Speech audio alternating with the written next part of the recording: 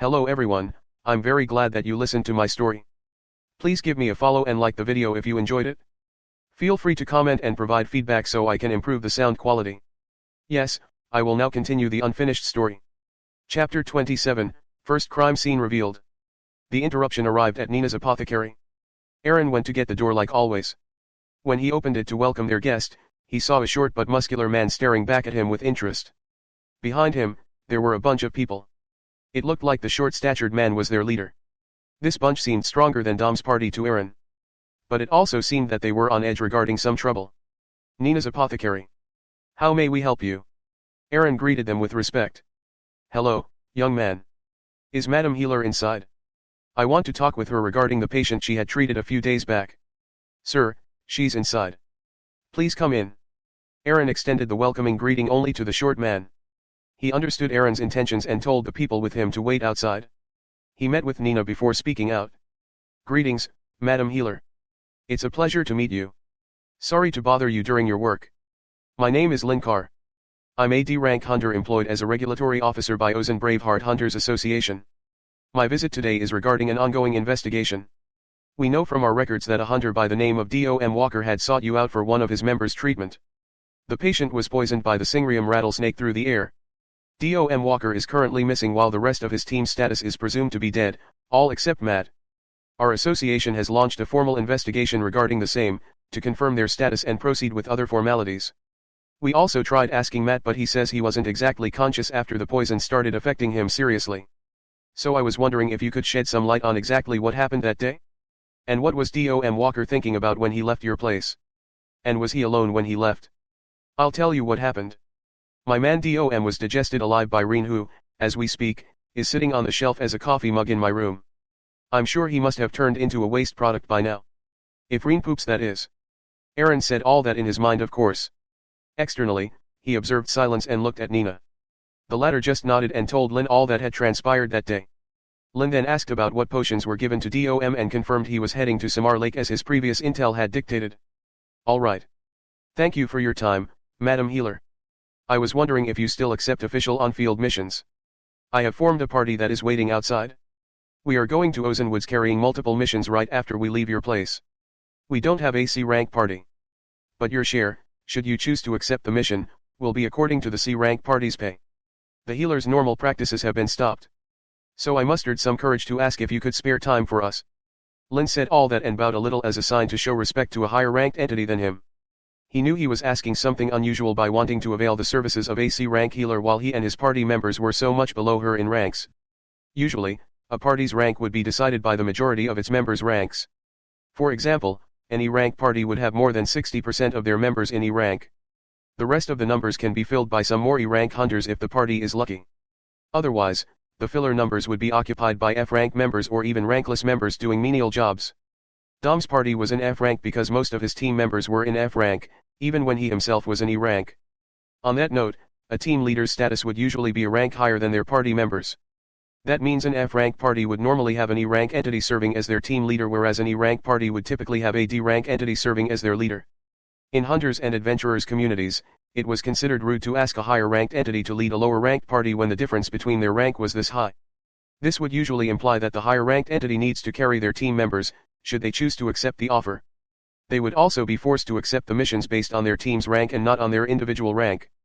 As a result, their pay would be reduced even if the entire team prioritized the higher-ranked entity's share. So that entity would have to invest more effort while receiving fewer benefits. Who would opt for something like this? So even asking about such a request was met with the harshest response from high-ranked entities. Lin's party was an E-rank party with him acting as their leader. Aaron guessed that the Hunter Association must have already obtained some intel about Dom's party before visiting the "He's coming here to ask about the case" was just a ruse. His real intentions were to ask Nina to join his party. Lin was a smart guy. He had already cleared that Nina will be paid according to her rank, irrespective of the mission's outcome. That removed the monetary objection Nina could raise against the latter's request. But that didn't solve the issue of respect a higher-ranked entity needs to be given. Aaron didn't think Lin was the kind of guy who would ask a high-ranked entity to carry him and his team members at the cost of bowing his head. He was a D-rank himself after all. Then that can only mean the circumstances and the associations have nudged him to ask for Nina's help. Lin also asked about Dom first as a way to make Nina realize that she needed to extend her help, as a form of an obligation to her patient's well-being. If Aaron could see through Lin's camouflage, Nina could too. She immediately guessed that there was more to the story than Lin was letting on. She had to ask to confirm her suspicions. What aren't you telling me? What happened in the Ozone Woods that you needed a C rank healer to be dispatched there? Nina didn't mince her words and asked Lin in a threatening tone. His absurd request was one thing. She didn't like when things were kept in the dark from her. Lin bowed even deeper at Nina's response before responding. You will be briefed as soon as you accept the mission and leave this place with us, Madam Healer. We are not trying to hide anything from you. It's just that, we don't want to cause a mass panic yet. Lin looked at Aaron at the end of his statement when he was saying it. Nina didn't fail to see through his actions and pressured Dom once again. I'll take responsibility for Aaron. He will not speak of this matter to anyone until I tell him to. Now, speak. What did you find in Ozone Woods? Lin seemed conflicted after Nina had said to him. He knew young boys like Aaron would have a loose mouth, especially when they tried garring to the girls they know and want to woo. But Nina had taken responsibility for him. He could only take a long sigh before obliging. As you said, Madam Healer, the issue is regarding Ozone Woods. Our investigation team was dispatched to Ozone Woods after Dom Walker did not report back to us for an extended period. His info and status had become sensitive due to the Ozone Woods disturbance. So we prioritized his safety when dispatching a team of investigators. The team used the intel given by Matt and soon found the trail left behind by Dom's raiders. It followed it to a natural cave near Samar Lake. The team started its investigation there and found out there was indeed a huge nest of SR snakes in the cave, in line with the intel previously received. But it doesn't exist anymore. We also found out that after Dom had left your place, he had rented 2 horses from a rental agency. He headed to the Ozone Woods right after that. We don't know whom the other horse was rented for as there was no name mentioned in the agency's record. But that's not the issue here.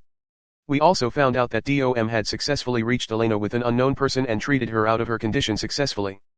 But instead of exiting the forest as he should, he went back to the cave. Now here is when things take a turn for the worse. We found that the demon beast went through evolution at the same place.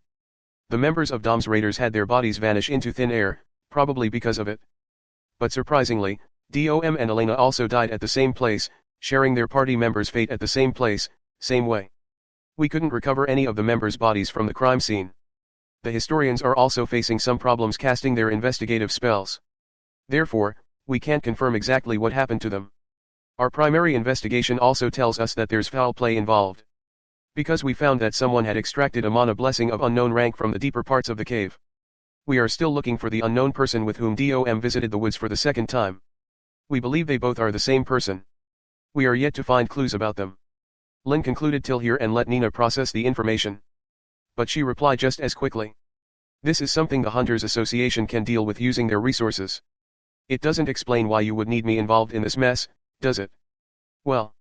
Lin took a long pause before coming clean. We've also estimated the rank of the demon beast at the site. It was a D rank beast that has been evolved into a C rank. Therefore we require you to be a part of the mission in your capacity as a C rank healer. Otherwise, let's say, there would be more casualties than anticipated. Chapter 28, Giving Some Sugar. We've also estimated the rank of the demon beast at the site. It was a D rank beast that evolved into a C rank. Therefore we require you to be a part of the mission in your capacity as a C rank healer. Otherwise, let's say, there would be more casualties than anticipated. Lin finally said the intel that was being kept hidden from the masses. Very few hunters and adventurers were made aware of this news. The secrecy was maintained so that the city doesn't fall into chaos. The city of Ozone wasn't well equipped to tackle the immensity of danger carried by a C-rank demon beast. The city lord must have contacted external forces and even the kingdom by now. The mission assigned to Lin would be that of a recon. The city administration wanted to find out the beast species, current location, potential strength, and weaknesses before they assign the mission to the appropriate party of higher rank. But performing recon on a demon beast was especially dangerous. The beast could communicate with the forest's fauna telepathically. There were a few instances of the demon beasts where they could share senses with the magic beast they had tamed. It would be near impossible, therefore, to let the beast not find out that it is being spied on. A recon party would get reconned in return. And then the party meme bears would end up getting surrounded from all sides by the hordes of the beasts before they even had a chance to look at the mastermind. In short, everything related to the demon beast was complicated and dangerous. No wonder this Lin guy kept his pride aside and asked for Nina's help at the cost of bowing before her and potentially offending her. His team member's safety was at stake. His too. This was no time to play the hero while keeping your spine straight. Nina thought deeply for a while.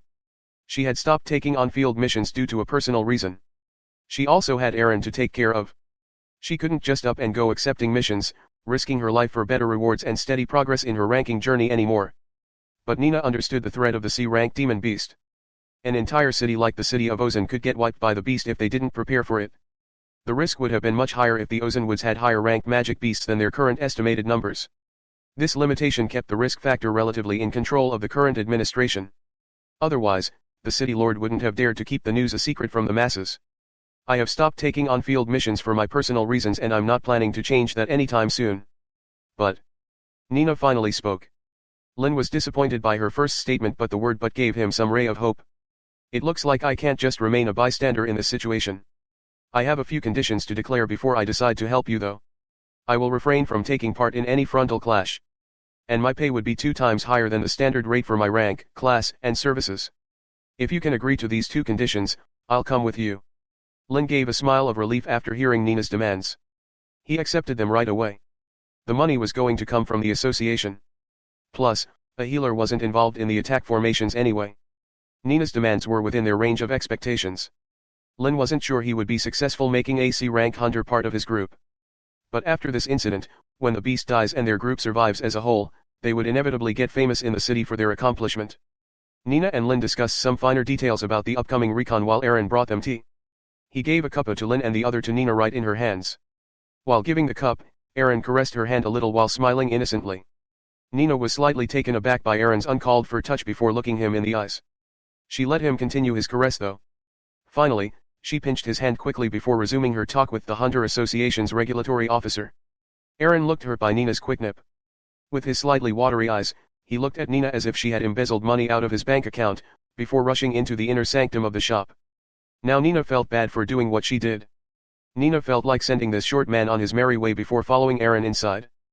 But she had already accepted the mission. She might as well listen to the entire plan, lest she puts her temporary team members in danger due to her lack of knowledge. I'll pacify him once this idiot leaves, she thought before resuming to pay attention to what Lin was saying. Lin was busy talking about the details while having his beverage, so he wasn't aware of the teenager's in-your-face flirting. It took a while before they came to an agreement regarding a few sets of plans depending upon the varying situations as well as some exit strategies. Lin thought Nina would leave with him, but she made an announcement. I'll need to inform the Healers Association about this mission. I'll have to let them know they will only receive the batch of elementary potions for a few days. You go ahead and explain our entire plan to your team. Then wait by the southern city gate. Hire colts for our departure during this time. I'll catch up within an hour and meet you there. Lin just nodded, got up, and again gave a short bow to Nina before heading out. Nina indeed needed to inform the Healers Association about the sudden change of plans, which she did as soon as Lin left the shop using her ID stone. Then Nina went in looking for Aaron, who was sitting by the window, seemingly gazing at a faraway place. He was still tending to the nipped skin on his right hand with his left hand. Nina quick pinch wasn't enough for its after effects to remain till now. So Aaron kept on nipping on the same spot. But maybe he overdid it a little in his excitement because he was genuinely feeling some skin trouble at the spot. Little rat, what are you looking at? Nina's voice came from behind. But Aaron didn't turn around to look. He simply kept his act going. Nothing specific, really. I was just thinking, how people closest to you have the power to hurt you the most. Aaron replied while bringing out emotions in his voice, introducing a slight quiver in it. Don't be so overdramatic, Ernie. I just gave you a quick nip. You call this a quick nip? Before Nina could call him out on his bullshittery, Aaron cranked it up a notch and showed her the injury he had given to himself. Nina was shocked looking at the almost torn from the spot skin. Nina didn't remember using this much force. She had never let her enhanced body stats accidentally hurt Aaron till now due to having absolute control. This was something new to her. I don't remember using this much force when I did that. How did it go so bad? Nina came close to Aaron, took his hand in hers and checked on his injury. She quickly cast a minor healing spell to take care of it. The skin mended with an accelerated pace within moments and got back to normal. But Aaron was still looking outside as if he was quite upset and hurt by Nina. It's not your fault, Aunt Nina. How can you remember the frailness of a rankless body with your current C rank 1? It is understandable. The chasm of power present within us is too big for you to realize that. I can only blame myself for being feeble. I was only daydreaming after having my first kiss taken from you. Aaron decided to add the spice of emotional blackmail into his bullshittery. He made Nina realize that she was the reason behind his daydreams. Because she had stolen his first kiss in life while she was in the heat yesterday. And the spice finally worked. Nina felt extremely guilty at that statement. She realized the severity with which she had imprinted herself in Aaron's psyche for good by doing what she did yesterday. He would be constantly thinking about her from that moment on. No wonder he craved her touch so much. Nina's physical act of saying no to that craving was akin to denying Aaron his way to show affection towards her. An affection which she had made him cultivate, by kind of forcing herself on him.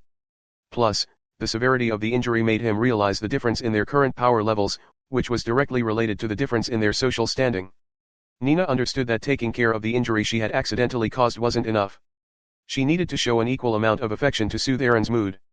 To show him that she didn't think of herself as someone out of Aaron's league. There was only one quick way to do it. A stolen first kiss can only be justified if the second one follows suit. She immediately got to work. She turned to Aaron and planted her lips on his again by lowering her neck. Damn. It worked. I should be awarded a Best Actor's prize with this performance. Aaron thought while responding to Nina's kiss. He wrapped his hands around her waist. The hands started caressing Nina's obliques before heading towards her back. At the same time, his tongue found its way inside Nina's mouth. It took some adjusting from Nina's side to respond to Aaron's suddenly cranked up offensive. Wasn't he sulking just now? She thought to herself. But she responded the way Aaron wanted her to and sucked on his tongue. Aaron realized the time was right. He quickly made his hands travel to Nina's soft and mushy gluts and gave them a firm squeeze. Nina tried breaking their embrace at that action, but Aaron was ready for it. He pressed the butt in his direction with his left hand while expediting his oral offensive. His now free right hand landed on Nina's left breast, taking the unexposed brown bud by surprise. It reacted to his press instantly and got erect. Agame. Nina couldn't help herself from releasing that suppressed sound. She was being attacked by all fronts. Is this a mere teenager's doing? Nina could hardly believe Aaron's progression speed in this activity. That too with the latter's lack of practical experience. Aaron enjoyed the moment. He kept on mashing up the butt and squeezing the breast. Then he alternated his hands and gave equal importance to the remaining glut and breast. All this time Aaron never released Nina from their lip lock. Nina was enjoying the assault that commenced on her. And at the same time, she was mildly trying to break free from it. The contradiction incarnate had struck again. Aaron knew he shouldn't push his luck too far and end the session on a positive note. Aaron stopped his advances with his hands and released Nina from his tight embrace. He broke their lip lock, looked at her in the eyes before flashing a broad smile. He finally gave a peck her on the right cheek before saying out loud. Thanks for giving me some sugar, Aunt Nina. Have a safe journey and see you soon. Chapter 29, Famished for an Eternity. Aaron said this and went to take a seat at the same sofa they had their first encounter on. He was looking at Nina, who stood there with a blank look on her face. Nina quickly gained her wits and processed what had just happened. Aaron had manipulated her into kissing him and cashed on it hard.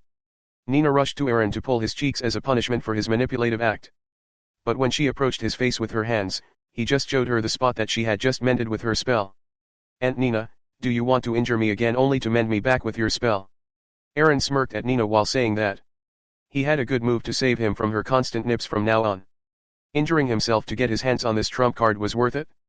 Little rat, you took advantage of me. Nina stood in front of Aaron and looked at him scornfully while having a pout. A pout on a mature woman like her still looked surprisingly cute. She had managed to own that pout with her gorgeous face and her temperament. Aaron took her hand in his and said. Ah. I already said this, right? Whether you take advantage of me or I take advantage of you, we both shouldn't mind the other doing that. At least I didn't. Why are you getting angry then? Aaron caressed her hand again to pacify her while he said that. He had tried to pull her to his side, but she didn't budge from her stance. Aaron knew he couldn't make her do something that was against her wish with his rankless status. There he had to nudge her towards him by holding her hand and caressing it. I've made a huge mistake yesterday. This scoundrel will forever hold that against me from now on. Nina thought to herself. But she also couldn't help but find some truth in his statements. Therefore her mood lightened up a little. The caressing of Nina's hand was working, but it wouldn't stay effective for long. That's why Aaron decided to pacify her some more by complimenting her. Aunt Nina, I like the rose accords in the scent that you wear. It suits you fine as well. But what? Say it quickly. I have to make some preparations before going on a mission. But I think there's one more EDP that will suit you even better. Its name is Berna Soliflor. I found out about perfume when I accidentally visited a perfumer shop once. I immediately knew it would be an ideal choice for you when I tested it. I will get it for you when the shop opens. Aaron was trying to change the subject for the better. Then he remembered Nina liked wearing perfumes with notes of roses. What would be a better way to pacify a scorned woman than gifting her something she likes? Umph. All right. Aaron kept talking random things to her while sending ninja compliments her way. Nina finally let go of her short-lasted pout and smiled mirthlessly at him. Little rat, I see that you've got a glib tongue. I had told you we should wait till you grow up a little, but this incident was my fault for being swayed by your act. Rest assured though, I'll be careful henceforth and treat you like the little devil you are. I'll have to prepare for the mission now. Don't worry about me. I'll prioritize my safety above everything else during all times. But I need some potion-related ingredients urgently. So I might go to the city of Laurel after I'm done with this assignment. Assume that I'll be out for almost a week. You stay put during that time. Don't go outside too much till the Ozenwood's disturbance settles down. And make sure you take care of the elementary potion delivery. We have all the raw ingredients ready that can last us for almost a month. That's it? Do this much perfectly, and I might bring you something good from the city of Laurel. Nina still pulled Aaron's cheeks lightly while saying that. Just bring me that ass. Aaron said to himself while nodding externally. Nina left the shop after a while. Aaron closed the door behind her and traced his lips with the tip of his finger. He smirked lightly before shrugging his shoulders. He wasn't disappointed in his slow progress with Aunt Nina. Aaron, your patience will achieve more than your force. One step at a time. The teen said to himself while making his way towards his hidden treasure. Aaron had hidden the ID stones of his victims in the backyard, away from Aunt Nina's prying senses. He retrieved those stones and went back to his room. Next, he called Reen up. She immediately transformed into her original form and stuck to his chest, spreading all over his torso. Only one emotion dominated her mind right now that she kept on shouting in Aaron's psyche repetitively. Hungry for days. Starving for centuries. Famished for an eternity. Reen's definitions of her hunger's severity and duration kept on getting larger and more intensifying than the last thought. It took her a while to calm down. Aaron said she'll have her food by evening today. Only then did she regain her composure. Aaron was rankless till now. He couldn't access the ID stone storage spaces even if he wanted to. But that didn't mean that he was out of ways to achieve the same results. He had Reen. A starving C-rank demon beast with her ample mana sense, who'll do anything for him as long as he keeps on feeding her.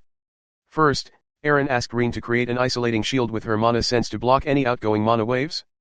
Although unlikely, the ID stones might have a tracker inscribed on them that would let someone else track the location of the stone from a remote distance when he tries to activate it or access the storage space inside. Aaron knew about these things beforehand. Therefore, he already employed Reen to take precautions. Next, he made Reen use her mana sense to access the storage space of a random ID stone. He instructed her to take out all the stuff from within it. After checking the content belonging to the first ID stone, Aaron asked Reen to do the same process with the rest of the samples, one by one. When he was done with the last ID stone, the teen found out that he had struck rich. But there were also some concerns. Aaron found out he was now the richest teen he knew of in both his lives with loads of extals laying in front of him. He could surmise that there were around 100 extals that he was now the proud owner of. Extals are non-elemental gems with the purest of mana contained within them.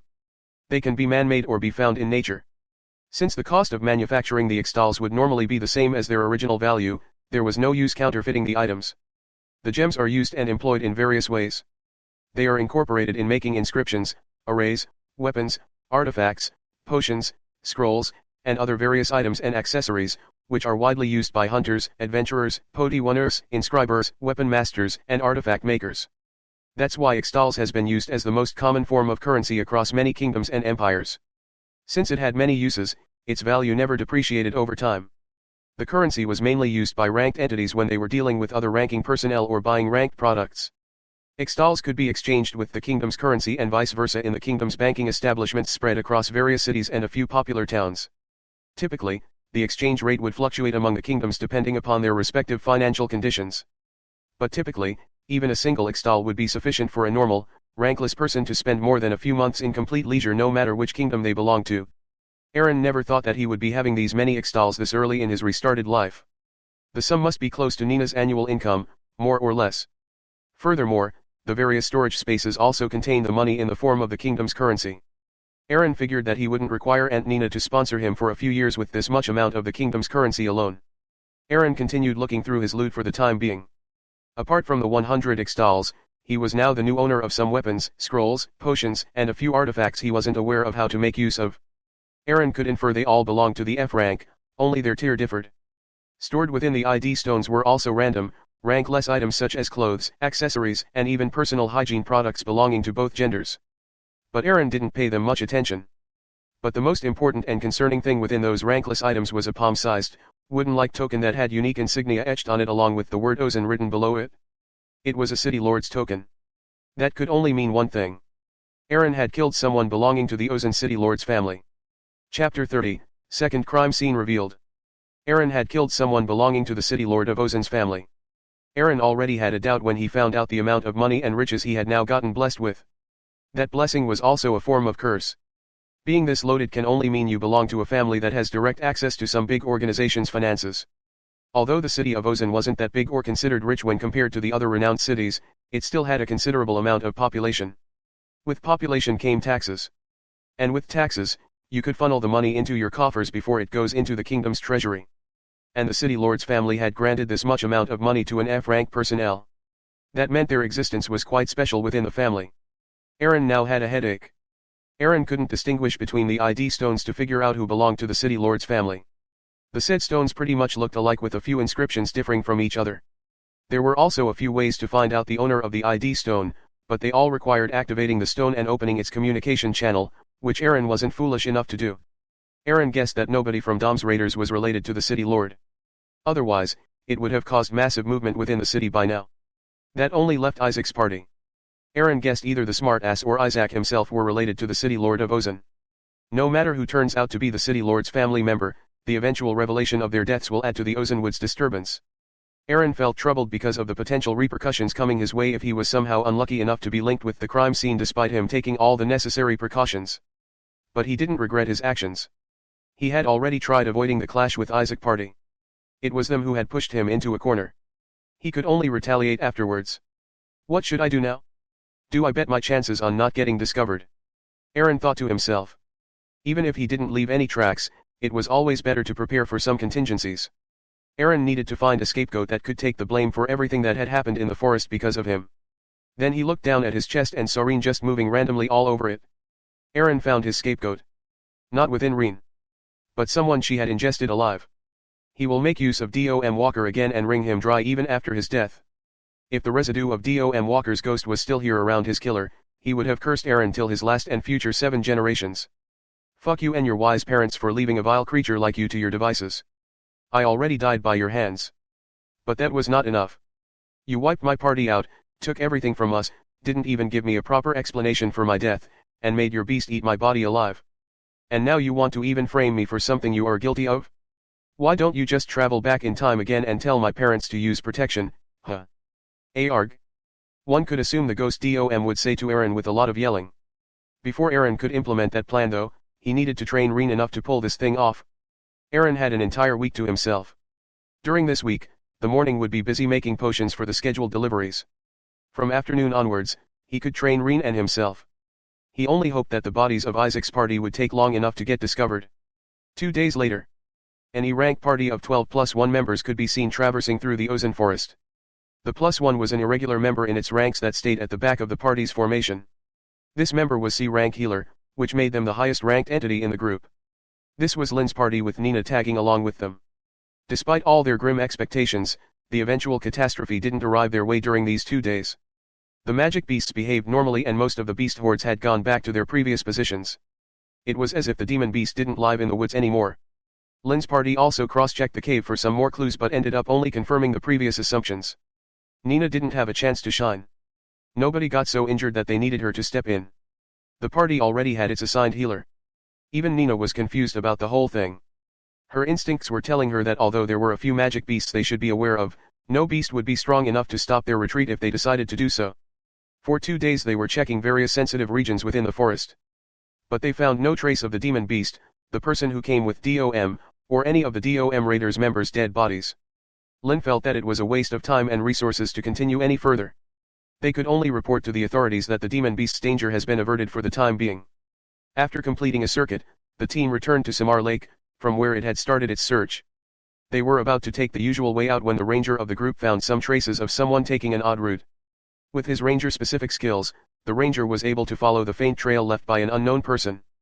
They followed this trail because the route the person had chosen was very odd. It was connected to Samar Lake but was miles away from the regular path towards the northern exit of the forest. All the members immediately thought of the unknown person that had followed Dom.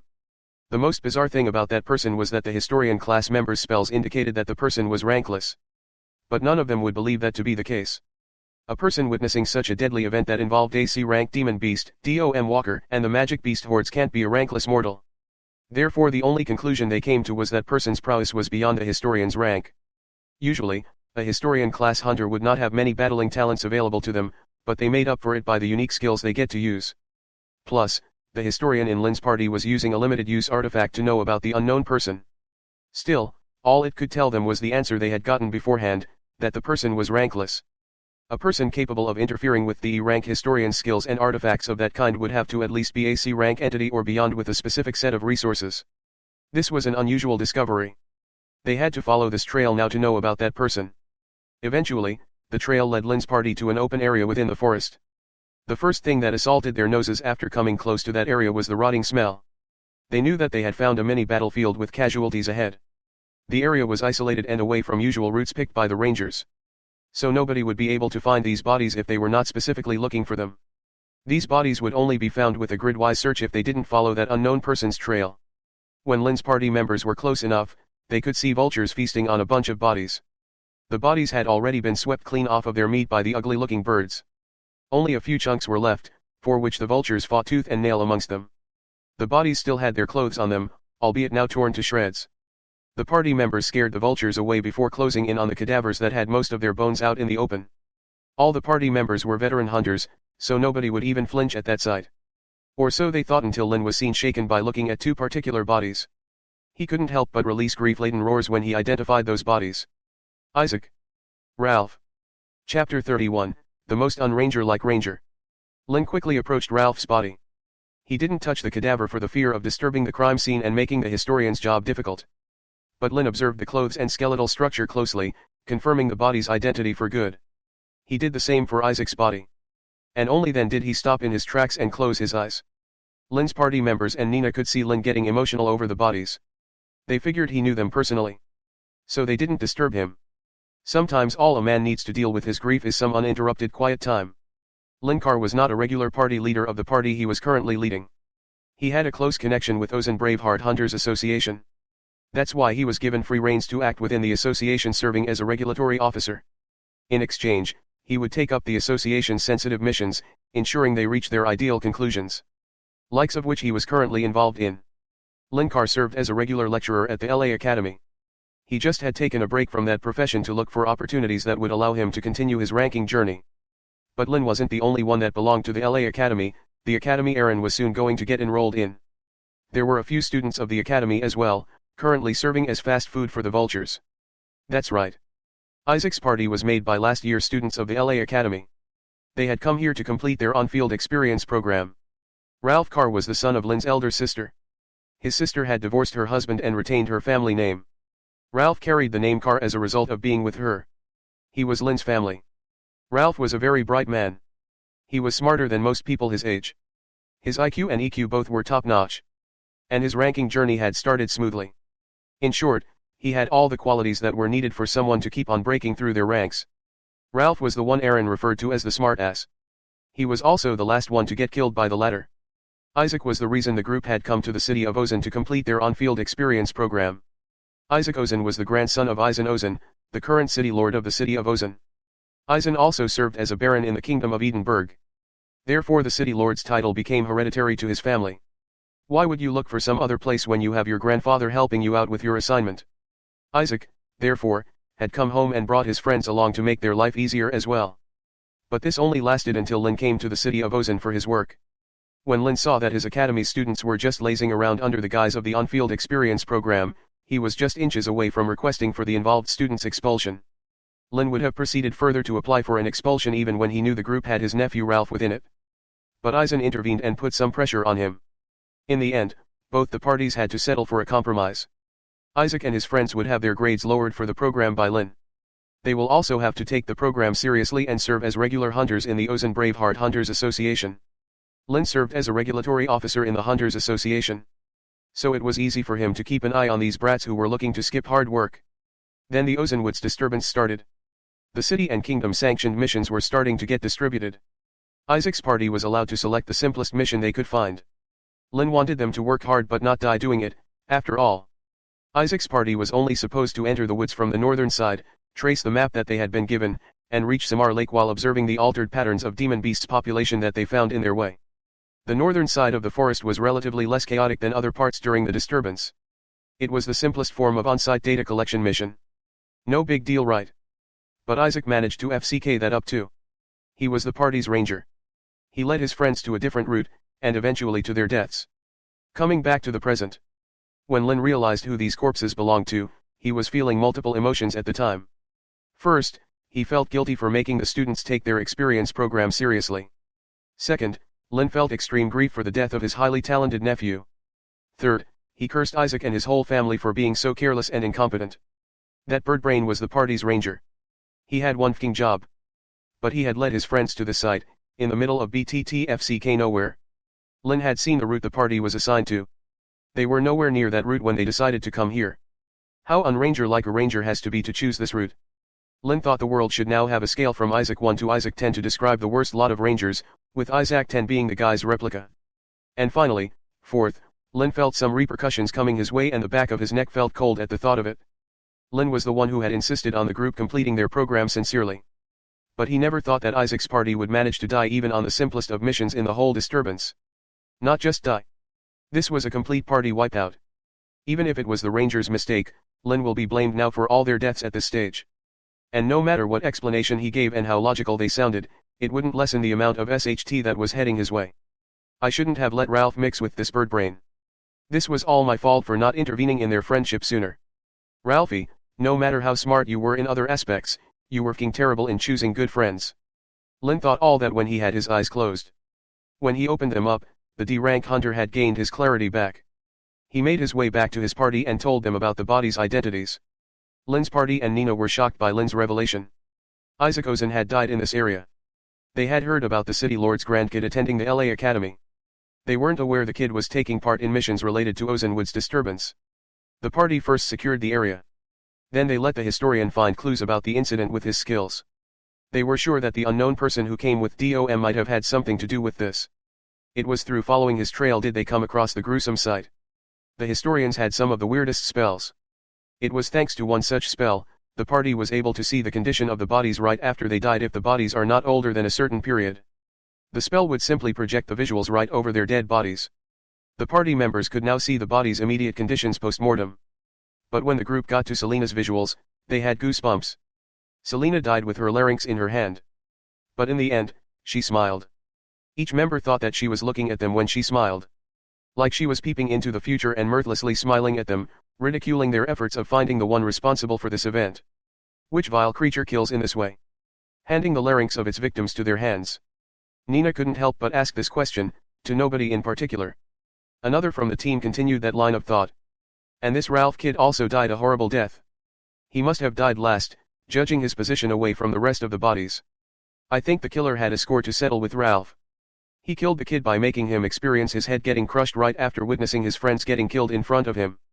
That too when the kid was clearly in a begging position to make them spare his life. Peter, why don't you shut your mouth for a while and keep the analysis to yourself? We have a historian in our team. Let him finish his work first. One of the ladies in the group named Ella admonished Peter for saying those things out in the open about Ralph, whose uncle was now present among them at the time. Peter immediately shut his mouth after that. No point mincing words at this point.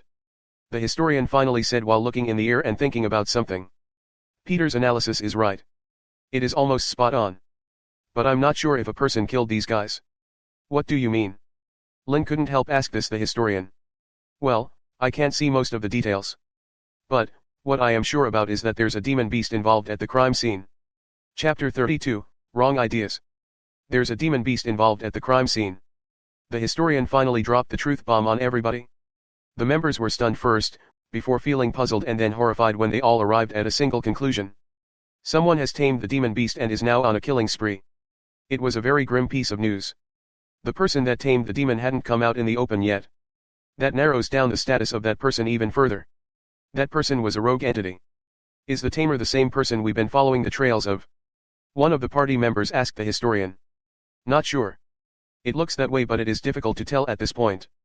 And even after using my unique truth-seeking goggles, I could only barely follow that person's trails. So trying to see anything more will be a fruitless endeavor. Did the beast kill these young kids? Not sure about that either. I get no human aura that gets attached to the dead bodies if they die unnaturally by that human's hands. I can only sense a C-rank demon beast. But this is not a work of a demon beast. At least we hope it's not. The killings are too savage and brutal with absolute precision in them. If a C-rank beast uses their power this precisely, we are in a soup of our own. Damn it. So we don't have anything to go on. How are we going to report all this?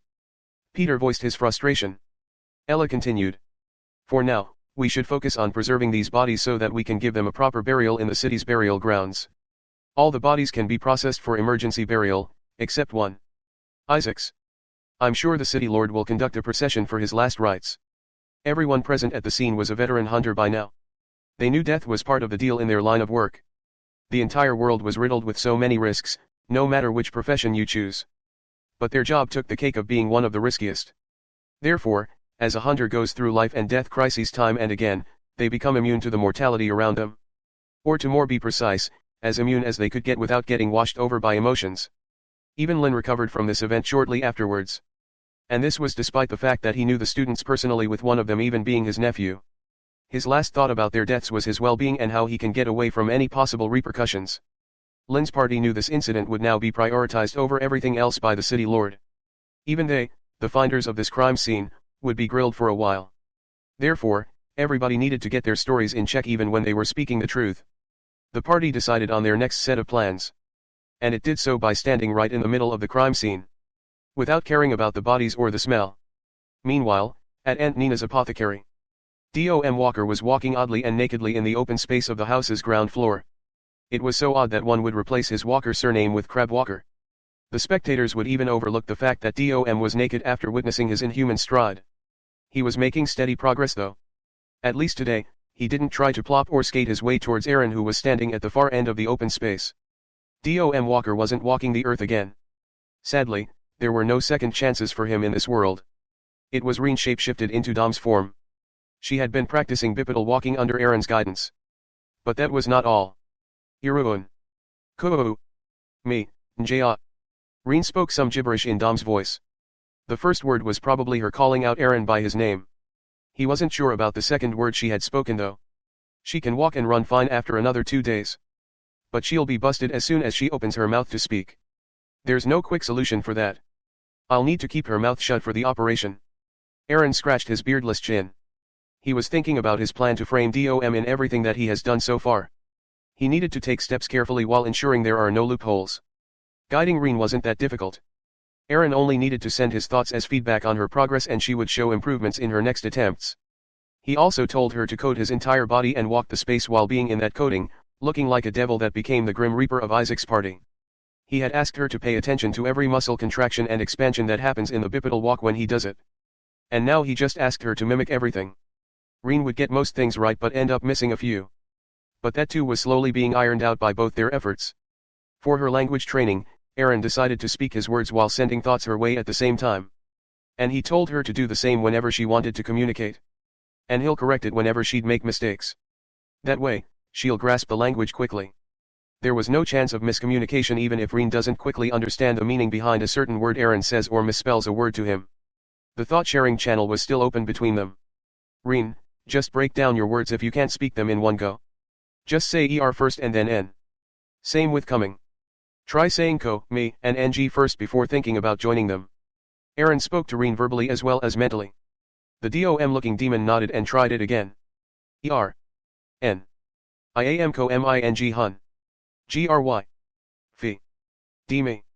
Now that's some improvement. Alright, keep on walking from one place to another till evening. Make sure you don't break anything. And once the night starts to set in, we'll go out and secure some food for you like usual. Aaron had come to ignore her pesterings about feeding her. He had understood that the emotion was dominant in her not only because of her physiology but also because no other thoughts had occupied her brain. Once she cultivates some maturity and is given loads of thoughts to think about, her hunger will probably drop down to acceptable levels. Probably. Aaron had been taking Reen out for a walk during these 2 days in the evenings. He would have Reen hiding inside his shirt and make her stay in there quietly without letting her leak her demon beast aura. Aaron would go to a random, poorly lit alleyway and disappear in the dark. And would appear from a different alleyway with the face mask on. Then he would head to the shady places within the city where criminals, robbers, thieves, and hookers strived. His presence there would attract some attention due to his short stature and mask. But it wasn't that the taste of criminal life was only limited for adults and the unmasked braves. There would be a lot of children who would be partaking in thievery and more when they get sick of being poor and hungry. So Aaron's presence was quickly overlooked amid the crowd. Aaron had been hunting these criminals and feeding them to Reen.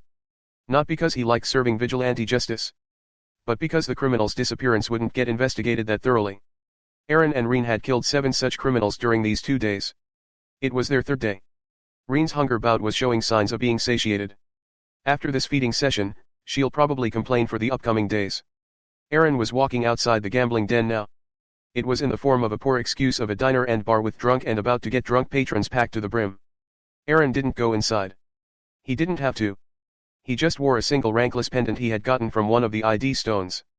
Of course, he didn't flaunt it openly. He just barely showed that he wore it as if he was trying to hide his possessions. And the bait was taken soon after. Aaron was told by Reen using her mana sense briefly that they were being followed by 5 people when he was heading to a random corner away from the populace. 5. Today's haul is going to be big. Aaron thought and broke into a broad smile, which was hidden behind his mask. The Fantastic Five decided to show themselves when they found out that it was only them and their feeble victim. They surrounded Aaron from all sides before one of them breaking the silence to speak. "Kid, hand over whatever you have nice and slow, including the pendant you are wearing. And we'll probably let you go." Aaron nodded his head in affirmation. The Fantastic Five thought it would be one of the most effortless robberies they've ever done. But they were immediately weirded out by Aaron's next words. "All right. I'll hand over the pendant if you hand over your bodies to me." All the 5 robbers backed a step away from Aaron after being creeped out by him. One of them couldn't help but clear any possible misunderstanding: "Kid, I think you've got some wrong ideas. We are not into young boys." An awkward silence was being observed by both the parties. Chapter 33, Ranking Journey. Reen was done digesting the 5th and final guy after some time. Aaron had quickly taken care of them by entering the slime devil form. He didn't have to exert much because these goons were rankless. He didn't even check their loot and threw it away. They were so poor, Aaron felt pity for them. He already had plenty but didn't have many ways to spend his newfound riches. Aaron again made his way to the house without anyone suspecting him. He had completely taken care of Reen's appetite. She was content and happy. Reen kept on stretching and contracting her slimy mass on Aaron's chest to show her affection. She also kept on telling him how her food tasted and differed from each other. Aaron ignored Reen's shenanigans and assumed a meditative state. He was using a traditional ranking technique to sense mana around him. So far the training has been in vain, but he didn't give in. Aaron already knew that sensing mana took time. It didn't come to humans as easily as the magic or demon beasts. And sensing mana was only the first step. The second step required attracting the mana within your body and forming a mana core. The third step involved activating that mana core to draw the energy from it. A person enters F rank when the third step is followed through. A mana core has 3 phases that define the stages within the rank. For example, an F rank mana core will be formed right below the person's navel after the second step is achieved. In the third step, primary mana pathways will open that will allow a person to draw and circulate the mana from the cultivated mana core. The F rank mana core will first enter the vapor phase that indicates the person is in the initial stage of that rank. When mana core enters the liquid phase, it will be considered as the person entering the middle stage of that rank. And the upper stage of the rank would mean the core has entered the solid phase. For a rank up, the core needs to be burst from within to allow for a higher tier of mana to condense and take its place. After a successful ranking promotion, a new mana core will be formed and observed to be in the vapor phase again. But this vapor phase will be of rank E tier. The mana core needs to go through the same 3 phases again until it reaches the saturation limit. It again goes through implosion once that happens and paves the way for the next rank up. An F rank mana core will attract the mana of the same tier. And so will be the case for other ranks. The amount and density of the same tier mana required to progress further in the ranking journey increased with each rank up. That's why it became difficult for high-ranked entities to keep on breaking through to the next ranks. Aaron had entered F rank during his 2nd academic year. That meant 2 years from now on. And he had stayed in the F rank after graduating from the academy. He was nowhere near the E rank when he graduated. Isaac's party members were also in the F rank, but all of them were close to breaking into E rank, with Ralph being the closest among them. This on-field experience program also served as a trigger for the LA Academy students to break into E rank before they graduated. And this had almost become a norm. Therefore when Aaron graduated with his F rank, he was looked down upon.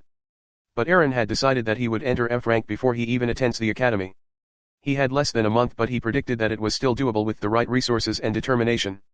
Aaron stayed in the meditative state for a few more hours before calling it quits. He then asked Reen to resume being a good coffee mug, which she did with a lot of complaining. Aaron was informed by Aunt Nina that she'll be back after a week. But discovering the City Lord's token in one of the ID stones had him spooked. Aaron predicted that if and when his second crime scene gets discovered, Aunt Nina will have to prioritize coming to the city first before everything else. Nina's visit to the city of Laurel will have to be postponed. Therefore Aaron didn't take any risks and would ask Reen to stay in the inorganic form when he sleeps. Aaron's mindfulness paid off. Aunt Nina returned the next morning, 4 days after her departure. Aaron had just woken up and gotten fresh by then. Aunt Nina told him she too needs a fresh bath before doing anything. Aaron made fresh egg bread toast for breakfast by the time Nina came downstairs by the breakfast table. He made her sit and served her breakfast with orange juice before taking the same menu for himself. Aunt Nina liked the attention Aaron was giving her these days. She started having her breakfast while answering Aaron's queries about how did she had come so soon. I couldn't go to the city of Laurel, Ernie. We discovered something in the forest that made us change all our plans. Soon the entire city will come to know about the incident, so no harm in telling you. Isaac Ozen, the grandson of Eisen Ozen, has died an unnatural death in the Ozen woods. Isaac's entire party has been wiped out. The ones who died with him are all students of the Lionheart Adventurers Academy, including him. Plus, the guy that you met the other day, Linkar. His nephew Ralph also died in that wipeout. Lin is a lecturer in the LA Academy. He had decided to take a break to continue his ranking journey. But after this incident, Lin is looking for an umbrella to hide from criticism and repercussions. He had insisted for Isaac's party to complete their on-field program sincerely, you see. Eisen Ozen might see him as the one who is responsible for this tragedy and target him illegally. So he has decided to resume his lecturing duties in the academy to gain a haven. So you might see Lin during your academic years. If he reaches that place safely without getting killed, that is. What else? Ah yes, the City Lord will soon organize a citywide procession to honor his grandson and will make an important announcement on that day. The curfew is withdrawn for the time being as there's no risk of Demon Beast initiating Beast Tide anymore. It will stay this way until any new news regarding the same emerges that says otherwise. Aaron nodded and resumed having his breakfast. He didn't remember Isaac or Lin from his previous life. Probably because, in his previous life, Isaac hadn't died. He and his party members would graduate from the academy the same time he entered it. Plus, without Isaac dying, Lin had no reason to return to the LA Academy. So he didn't know about the lecturer either. When will the procession take place? Aaron asked while having his juice. By tomorrow it seems. All right. If the city is open now, I'll visit the markets. Have a few things to buy. Aaron said while taking both their plates to the sink. Underpants? He. Aaron could hear Nina's query and laughter from behind him. He could only laugh mirthlessly at that. He indeed needed to buy them before he entered the academy. Chapter 34, Ozenwood's Butcher. The next day, after Nina's return, a procession was being held at Ozen City Square. A 5-storied tower stood at the center of a huge open space. The space was now filled with loads of people. The Ozen Healers Association had its elevated mini-booth set at the corner of the square. Nina was granted a seat at the booth. And Aaron was standing behind her. He could see the tower and the gallery-like platform that was located on the tower's top floor. There was a huge open carriage located just below the tower. It had an expensive-looking casket placed over it, adorned with various flowers. There were other small carriages with caskets placed on each of them with similar settings. Everyone present at the square knew that the most decorated coffin belonged to Isaac while the rest belonged to his friends that had died with him. A band of musicians was playing a sad tune accompanied by the same level of sadness sung by a chorus of singers. Almost everyone at the Healers Association booth was bored to death. The healers would rather spend their time researching in their field, hone their craft, make potions to earn money and do everything else to progress further in their ranking journey than attend the ceremony. Most ranked entities thought along the same lines, not just people in this booth. But they all had to attend the procession as they represented their respective associations in offering condolences. Baron Eisen Ozen was known to show displeasure to the slightest of grievances after all. The ranked entities were talking to each other silently. They used this time to converse and catch up with their friends and acquaintances. The ranking journey and professional life would consume most of their time. They seldom had such leisure time. So did you buy the underpants yesterday? Aunt Nina asked Aaron in a hushed voice while looking in front of her. She too was feeling bored and decided to talk with her +1. Why? Do you want to see them? Aaron used the same hushed voice with a little bit of tease to give her a reply. He too didn't look at her while replying either. Sure. You haven't used them before. So I wonder how your color choice is going to be. Show me yours and I'll show you mine. Little rat, I see that you are becoming bolder by the day. I just ask because you might get a hard-on after I stand up from my seat. And you see my butt in your view again.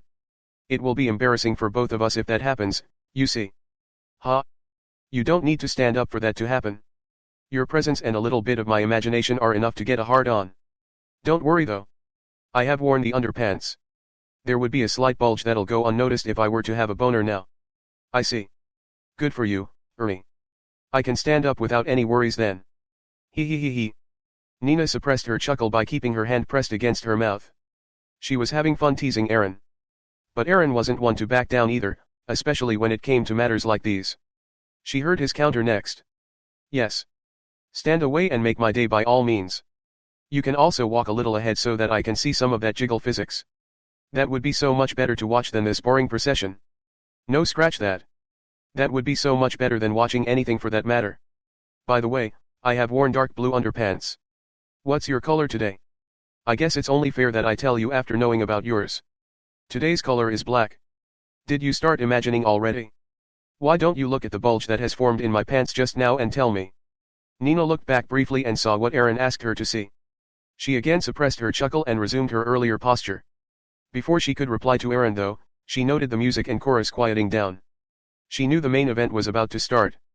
The city lord Eisen Ozen could be seen approaching the edge of the tower's gallery. He had a stoic look. The square quieted down after his attendance was known by the spectators. Eisen Ozen was a C-ranked entity. He circulated mana in his vocal cords while speaking. Therefore, he could be heard clearly by everyone loud and clear, no matter their distance. I thank all the citizens that are present at my grandson's funeral today at this place. I thank all the high-ranked venerable entities for gracing my Isaac before he starts his final journey. I also thank Ozen Braveheart Hunters Association for finding my boy and doing everything in their power to preserve and safely bring him back here. These 2 days have been the most difficult to endure for my family. Isaac was going to graduate soon. We were planning to send him to the kingdom's army so that he can wholeheartedly serve the soil he was born in. I'm sure he would have made his kingdom proud with his exceptional performance. Unknown to both, Aaron and Lynn had the same thought running in their head after hearing Eisen's speech till here, yeah right. Therefore, Isaac's untimely departure is equally damaging to the Edinburgh kingdom as it is to our family. Isaac was an honest young man. Despite his friend's insistence against it, he was adamant about completing the on-field experience program given by the LA Academy by participating in missions. Lynn almost had a heart attack after hearing Eisen's absurd claims that twisted the truth like Aaron had twisted Aunt Nina's brown buds. My caring grandson was always worried about the safety of the city's citizens. When he heard about the Ozenwoods disturbance, he was visibly shaken by the grim possibility of the city getting run over by the beast tide. Therefore Isaac forced his lecturer to assign him the most crucial mission he could find and rushed to the forest. His friends didn't have a choice but to follow him in his passion to protect the city at the cost of risking life. Lynn was gripping his hands on his chair's armrest hard. He had dug his nails in them after hearing Eisen's blood-curdling speech. The armrest was almost about to snap under his D-rank body stats. But Lynn somehow controlled his outburst. He would get in more trouble than he already was if he were to lose his cool during Eisen's speech. My grandson Isaac and his friends were in the middle of finding the root cause behind the woods disturbance. But they never knew they would be targeted for doing the same by some high-ranked rogue cultist. That rogue cultist killed them all in the cold blood as soon as they saw Isaac's party. We've come to know that the cultist has tamed the demon beast. The cultist was probably thinking about hiding their identity when they killed these bright young children. The cultist must be thinking they got away with it. But let me warn them, no matter where they are, whoever they are, they'll be brought to justice for committing such a heinous crime. They have robbed the Edinburgh kingdom off from receiving bright stars in the future. Therefore, I've got an announcement to make today. The kingdom has allowed the LA Academy to deploy an investigation team to the Ozen Woods. Our Ozen City's law and order will work with this team to find more about the criminal, capture him alive, and punish him for his deeds. I will also make another announcement in a personal capacity. I will announce a reward amount of 10,000 Edinburgh dollars to anyone who helps in capturing this vile cultist. We have named him the Ozen Woods Butcher and raised the bounty contract under the same name. This will be a bounty contract active in multiple nearby cities, not just the city of Ozen. The various associations will be given the details about the case we've collected so far. They can then activate this bounty contract for their members. That'll be all. The citizens and the high-ranked entities started to discuss the new topic that they've been given by Eisen. Everyone was wondering who the Ozen Woods Butcher would be. Meanwhile, the rogue cultist was busy thinking about everything black. When he heard the bounty raised on him under the pseudonym, he couldn't help but think. Ozenwood's Butcher. That has a nice ring to it. Chapter 35, Dinner Date. Aaron kinda liked his new title. But he thought the bounty amount was lil demeaning to him. He should at least have $1 million as the first bounty contract on his head. Nina's query made him break his line of thoughts. Little rat, why are you so phased out? The procession is over. We should head out too before the rush kicks in. Of course, Aunt Nina. Ladies first. Aaron said this while bowing a little before winking at Nina. Nina knew exactly what he wanted to do by offering her to walk ahead of him. She couldn't stop feeling a little excitement in her heart. It was like a long-lost spice was brought back in her staple food. Aaron had again started mixing a dash of aphrodisiac in Aunt Nina's food from yesterday when he was making it. He was controlling the quantity though. Aaron was aiming to gradually get her accustomed to her heightened sexual appetite and see Aaron as its cause. He wanted her to see him as the target for those urges. And it was showing its effect. Aunt Nina had been the one to bring the subject of his underpants, possibly knowing full well that the conversation would unfold in this way. Nina started walking ahead of Aaron. She could see her body was swaying more than usual, subconsciously enhancing the jiggle physics Aaron had subscribed to prime viewership of. When they got home, Aaron and Nina both could feel some sexual tension between them. Nina was thinking about how to break the ice when Aaron broke it first for her. Aunt Nina, you wait here. I'll go get your gift from my room. Gift? Which gift? I only gave you money for some shopping yesterday and that is all accounted for. Hee. I had some money saved up from before. You don't need to overthink. It's not that expensive of a gift. Then what are you waiting for? Go bring me my much-needed award for taking care of a scoundrel like you. Saying that, Nina pulled Aaron's cheeks and sent him towards his room. Then she went to sit on the ground floor sofa. Aaron came downstairs soon after. He had a small, gift-wrapped box in his hands with a bow tie ribbon on it. Aaron handed the gift to Nina while sitting by her side. She smiled at him and unwrapped it with some excitement. It's been a long time since she received a gift like this. Nina was soon staring at a small perfume vial that looked elegant and luxurious at the same time. She hadn't used this perfume but knew she was going to like it. Nina always liked wearing floral perfumes. She sprayed a little on her hand and inhaled the scent to gauge its effect. Enchanting. The fragrance was captivating. Just as Aaron had said, this Bierna Soliflor was an apt EDP for her. She instantly decided she'd change her original brand with this perfume from now on. Ernie, this was a nice gift. You need to keep on giving me these gifts every so often, you know. It's so much trouble to raise a shut-in like you. Be that as may. Aunt Nina, don't you think I should be receiving some return gift in exchange? Yeah? What do you want? What else? A nice and healthy lip lock to soothe all my sorrows. Little rat. Hear me out first. It'll only be a lip lock. It's not like we haven't done it before. At most, it'll be our third and last instance before I leave for the academy. I also want you to wear that perfume while I kiss you. But we already have today's delivery of potions lined up that was postponed due to Isaac's procession. So why not finish our work first, freshen up, and have some dinner outside? We will go out by let's say 7 p.m. I've already got a knee-long one-piece dress for you that I've kept in your bedroom. Don't worry though. I've kept your body size and your preferences in mind while buying it so you would feel comfortable in it. You can then wear the EDP that I've got you as a gift. It'll be like a date. Me taking you out. Of course, I'll pay for everything. And if my lady likes it and agrees to it willingly, I can kiss her post our successful date. What do you say?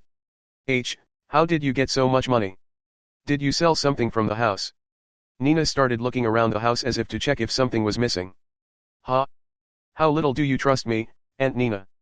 I sometimes sell the elementary potions that I make from almost expired ingredients. I can't sell them legally since I don't have a potioneer's license yet. But I know a guy who knows a guy. He helps me sell it personally to adventurers. Of course, the profit isn't much. But I've accumulated enough to buy these gifts and take you out today. Now are you satisfied, or do you want to launch an official investigation on my financial condition? Aaron said this while showing a little anger on his face. Of course, that was all bullshittery. Aaron had become a hard-working guy in his restarted life. And he could indeed do what he said he had claimed just now. But he already had wads of cash. Why would he not spend them to date Aunt Nina instead of slogging his ass? I'm sorry, Ernie. It's just that I wasn't aware. Since you use almost expired ingredients, I of course don't have a problem. But you could have told me you wanted to sell the elementary potions. I could have sold them under my license and given you your share. How would it be a surprise then? Do you have any idea how long I've been planning something like this? Saying this, the Ozenwood's butcher turned his head away from Aunt Nina in a quick motion, as if very angry to look at her. Nina immediately understood her mistake. She had underestimated the level of crush Aaron had on her. He was probably aiming to take her on a date for so long.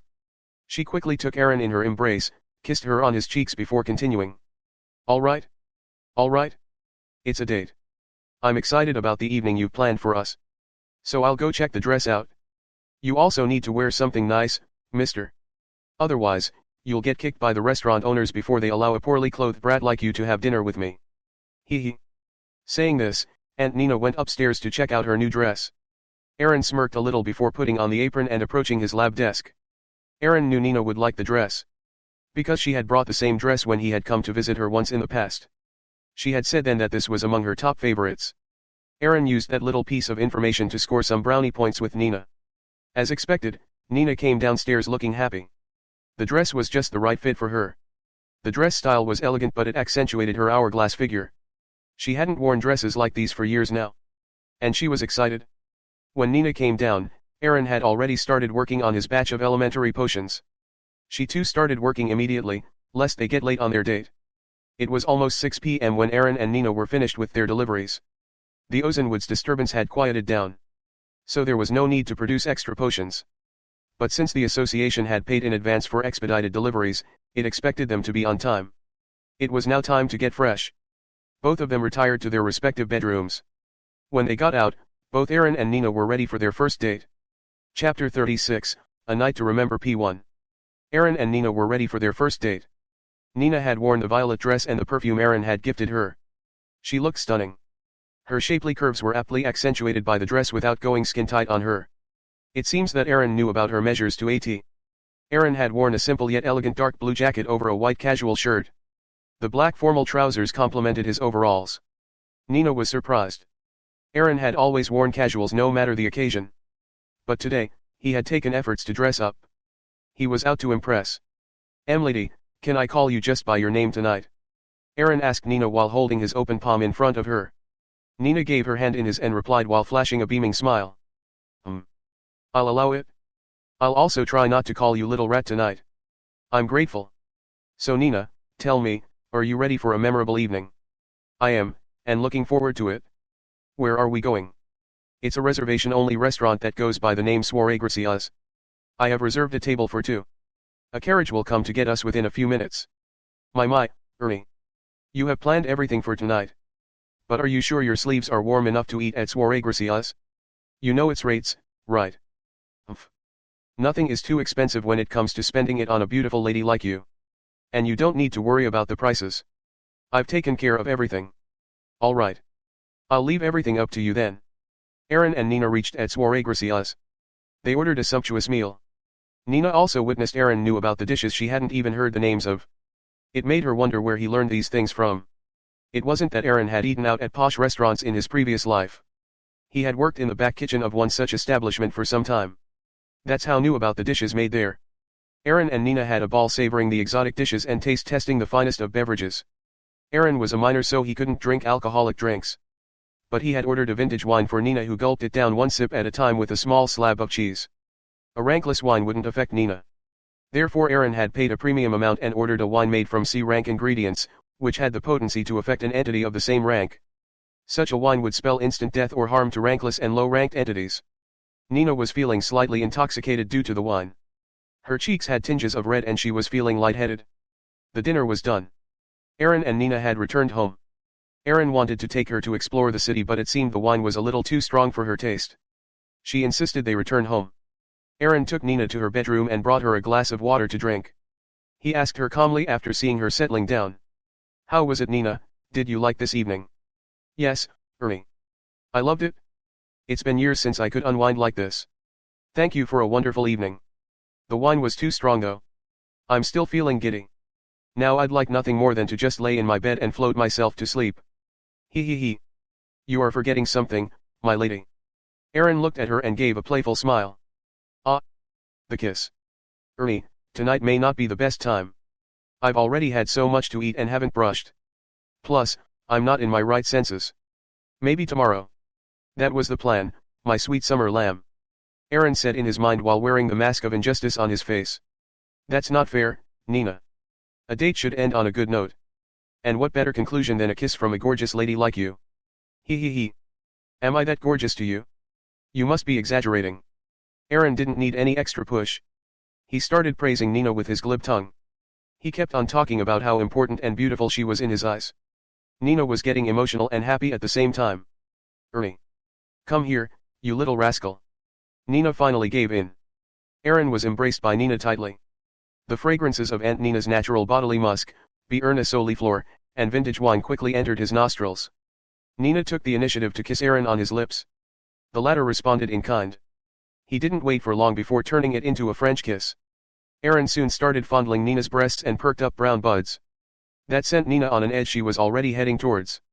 She tightened her embrace on Aaron as if wanting to absorb him into her body. Thankfully, some part of her brain was still subconsciously placing limiters on the power she was exerting.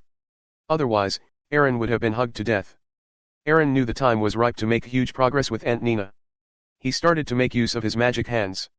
They had minds of their own now. They would touch and hold every part of Nina as if to let her know their omnipotent presence. Nina had completely given in to her desires at that time.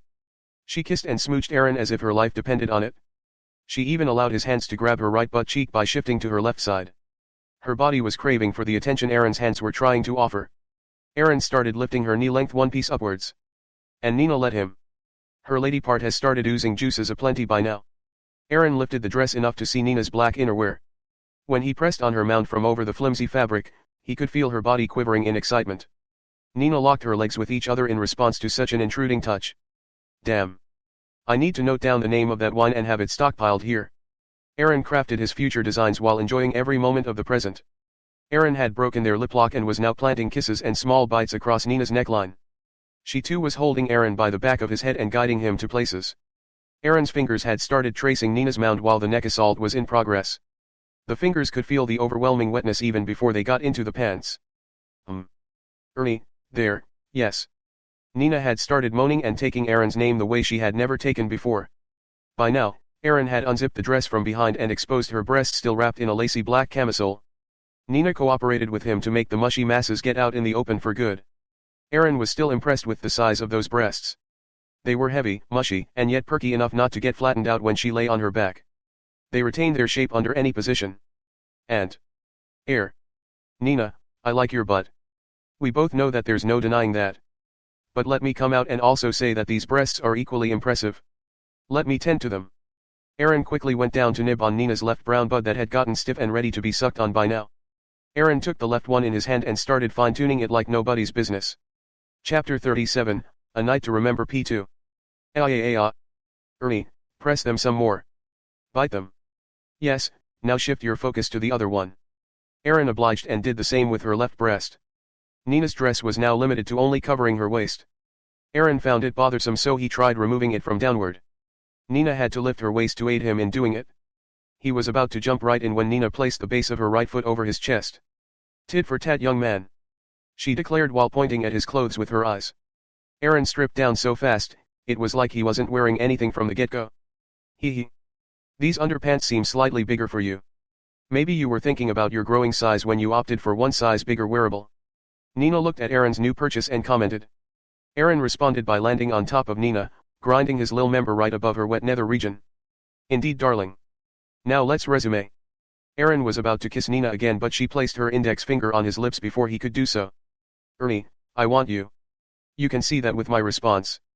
And I'm drunk enough to be unable to control my desires. But that doesn't mean we can take it to the very end. Especially after what we had discussed that day. There won't be any penetration. Do you still want to proceed further? Aaron was offered a choice. He could see that Nina was fighting a mental battle in her head. Her body was telling her to go with the flow. Whereas, her brain was telling her to stop at this instant. In the end, she had listened to both sides and came up with this compromise. It would be a lie if he told her that he wasn't disappointed. But that didn't stop him from making new progress with Nina today. He tried finding the positive in this situation. You mean anything apart from the penetration is on the table? Aaron smiled and didn't show any remorse. Nina was again impressed with his maturity. In response to his question, she simply nodded and sucked on his lips hard. Aaron had already gotten his due permission to barge his fingers into Nina's wet cave. He inserted his right roaming hand into her pants and touched her wet fold for the first time without there being any fabric in between. Nina lifted her waist slightly in response and started kissing and smooching him frantically. Aaron's left hand was now pressing Nina's right butt cheek. His right ring finger had started to trace the overwhelmingly wet vaginal crack while his index finger touched and played with her clit. He could feel the juices kept on flowing with even more vigor than before. Aunt Nina was bathing Aaron's fingers with her blessed water. Aaron stopped his exploration of Nina's nether region with his hands. The latter wondered why he stopped when she witnessed his actions. He had brought his wet and gooey hand in front of his nose and smelled it. So this is where the fishy smell comes from. Aaron smiled wickedly and looked at Nina. She couldn't help but blush a little. Nina, as I said that day. I've been wanting to have fish food for so long now. Hope my appetite gets satisfied down there. Wish me luck. Aaron went down on Nina after saying that. He first tried removing the black and now soaked wet drawers Nina was wearing. Nina again fought a small internal battle before enabling him to take it off. Nina's wet cave was on full display. She tried covering it with hands at first. But Aaron just parted those hands with his before digging his nose right in to inhale the earthy smell. Aaron rubbed his nose right inside the crack. That encouraged Nina to let go of her last bit of hesitancy. She finally grabbed his head from behind and pressed it hard against her mound. Nina had a dense pubic growth. The musk, therefore, was enhanced even further. Aaron made his tongue come out and start its assigned job. The tip of the tongue touched the pink button first. Aaron gave it multiple licks before moving downwards. Nina felt a dam had been broken inside her vagina. She could feel her salty nectar coming out in serious quantities to welcome a foreign intruder. She opened her legs in eagle style and pressed onto Aaron's head hard from behind. She reclined in her position with eyes closed and started enjoying the lapping. Nina was convulsing in her bed as she felt waves of pleasure and ecstasy hit her. She wouldn't dare to call Aaron inexperienced right now. There, right there. Yes, suck on some more. You are driving me numb, little Ernie. How and when did you get so pro in this? Ernie sucked the clit some more before answering from his positions. Like every other teenage boy, Nina. Adult comics. You must have gotten your hands on some serious shit, boy. This is the best tongue storm I've ever been offered. Unaware of herself, Nina had started using crass language. She kept on pressing Aaron's head. So much so that he was starting to feel some suffocation. But that didn't make him stop his tongue job. Aaron inserted his right finger into the wet cave while he was still licking the clit and wet folds. And he kept on drinking the love juices Nina was producing unendingly. Nina already had more than 2 orgasms. And the third one was on its way. Her nether region had gotten rather extra sensitive because of repetitive orgasms. But she didn't stop Aaron. She didn't want to. Not at that moment. When he found out that Nina had gotten comfortable with his rhythm, Aaron inserted another finger into the wet cave. It was only a matter of time before Nina's entire body shook and jerked, coming hard on Aaron's face and fingers. Only then did Nina close her legs tight to show that she needed a break. Aaron too needed some time to catch his breaths. He laid beside Nina and looked at the ceiling with a smile on his face. Nina took her time to look at the kid sleeping beside him with his face shining with her juices. She again felt a mix of emotions bubbling inside her. But before she could voice her concerns, Aaron's voice reached her ears. That was one awesome fish I had. It was a little saltier than anticipated though. Aaron used his hand as a headrest to look at Nina and teased her some more. Yeah. I can see that in your face, how much you loved having it. Sorry I haven't, mowed the lawn for some time. Hee. Ah. That's fine. I only found it difficult to work my way around there with my tongue. I don't mind the look. And I certainly don't mind the aroma it cultivates. Aaron replied to her while winking his left eye. Little R.A. I mean Ernie. I see that you made your preparations on all fronts before taking me out to dinner. It was like I was playing in the palm of your hand. Tell me honestly, did you foresee this happening tonight? Foreseeing is a strong word. I was only hoping for it. Thanks, Nina. At least some of my long-standing desires have been satiated for the time being. Long-standing, you say? I don't see your little guy erect now. Did you perhaps burst without even doing anything to it? Hee. What do you expect from a 16-year-old boy who has been given a chance to take care of the lady in his dreams in this way? Aaron didn't feel ashamed at his nut and blamed it on Nina being a dream woman in his eyes. Nina's heart was again touched by the latter's glib tongue. Even more deeply than what his real tongue did to her lady part. She thought she should return the favor at least. So are you spent right now? Nina asked playfully. Chapter 38, A Night to Remember P3. Aaron was indeed feeling some fatigue, but the latter's meaningful question made it disappear in the thin air. He asked in a voice painted with anticipation. What do you have on your mind? Nina only had a misplaced camisole on her while Aaron was wearing his newly bought underpants. The former had gotten over her shyness by now. She removed the last bit of fabric from her body and dropped it on the ground. Nina then climbed on top of Aaron with her butt touching his groins. Her legs were on either side of him. She bent forward and guided Aaron's mouth on top of her left nipple, hinting him to suck on it. Meanwhile, she started rubbing and grinding her huge butt on Aaron's groins. Soon she felt the reaction she was expecting. Aaron's little guy had woken up again inside his underpants. Nina neither removed them nor Aaron tried to. Nina had already told him there would be no penetration. So this was the compromise she was extending for him. Aaron grabbed her butt with both his hands from either side and started massaging them with force. Nina too was again getting into the zone. She sped up her gyration and its intensity against the stiff target. Aaron's underpants were already spoiled from his nut. But Aunt Nina's love juices were making them soaking wet. Your butt is your best ass _et, Nina. Aaron found his wits amid ecstasy and made a pun on Nina's derriere. He was now actively shoving his underpants-covered bulge between Nina's butt crack. Nina too was responding to his shoves with equal and opposite rhythm. You want to see it up close and personal? Nina winked at him when she asked. He knew what was going to happen and just nodded his head. Nina got up from her position and positioned her mound right over Aaron's face with her legs stretched over either side of his face. She dropped her mound right over his nose while closing in on Aaron's stiff member from the other side. Aaron again breathed in a now familiar smell. He parted the vertical lips with his fingers and inserted his tongue inside the wet cave. His hands were shifting between working on her clit and mashing her butt. But he soon had a pleasant sensation of his lil guy getting wrapped inside a wet and warm place. Aaron looked down to see that Nina had pulled his underpants enough for the lil guy to stand tall out in the open, with all its glory. And Nina was licking it from all sides with her tongue before finally taking it inside her mouth. Aaron wouldn't lie. He had BJS in his previous life. But nothing would come even remotely close to what he was feeling right now. He felt like his long-lost dream had been suddenly realized. Ernie dear, don't stop what you were doing with your tongue just now. Nina paused from her job and reminded Aaron to continue the work that was upon him. He soon snapped out of his reverie and followed her instructions. Both of them lasted long before bursting for another time. They already had orgasms before. So it took them some time to have it consecutively in a row. But they weren't in a hurry anyway and just enjoyed the ride. It was already past midnight when they both decided to call it quits. They both went to sleep at the same place. Closing their eyes was all that it took for them to sleep peacefully. The next day, when Aaron woke up, he was still in Aunt Nina's bedroom. But she was nowhere to be found. He looked at the monopowered table clock. It was already past 8 a.m. He usually has breakfast during this time. Aaron had overslept.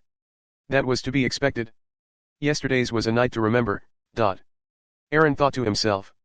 Aaron was in a jolly mood today. One of his desires from his previous life had almost been completed. Almost. Aaron got up slowly and headed towards his bedroom. The Ozenwoods butcher did things lazily today. He didn't feel like rushing into anything today. Aaron had his bath, taking a fair amount of time to clean himself. He wore a fresh pair of clothes. And only then did he go downstairs. Aaron saw Nina had resumed today's batch of potion making. It would take a couple of days before their delivery is completed. Since the Ozenwoods disturbance has been declared to be benign for the time being, the Healers Association didn't place more orders. When she saw Aaron coming downstairs, Nina gave him a welcoming smile.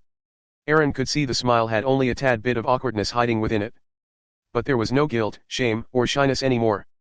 Nina had accepted what had happened last night to be a reality and didn't run away from it.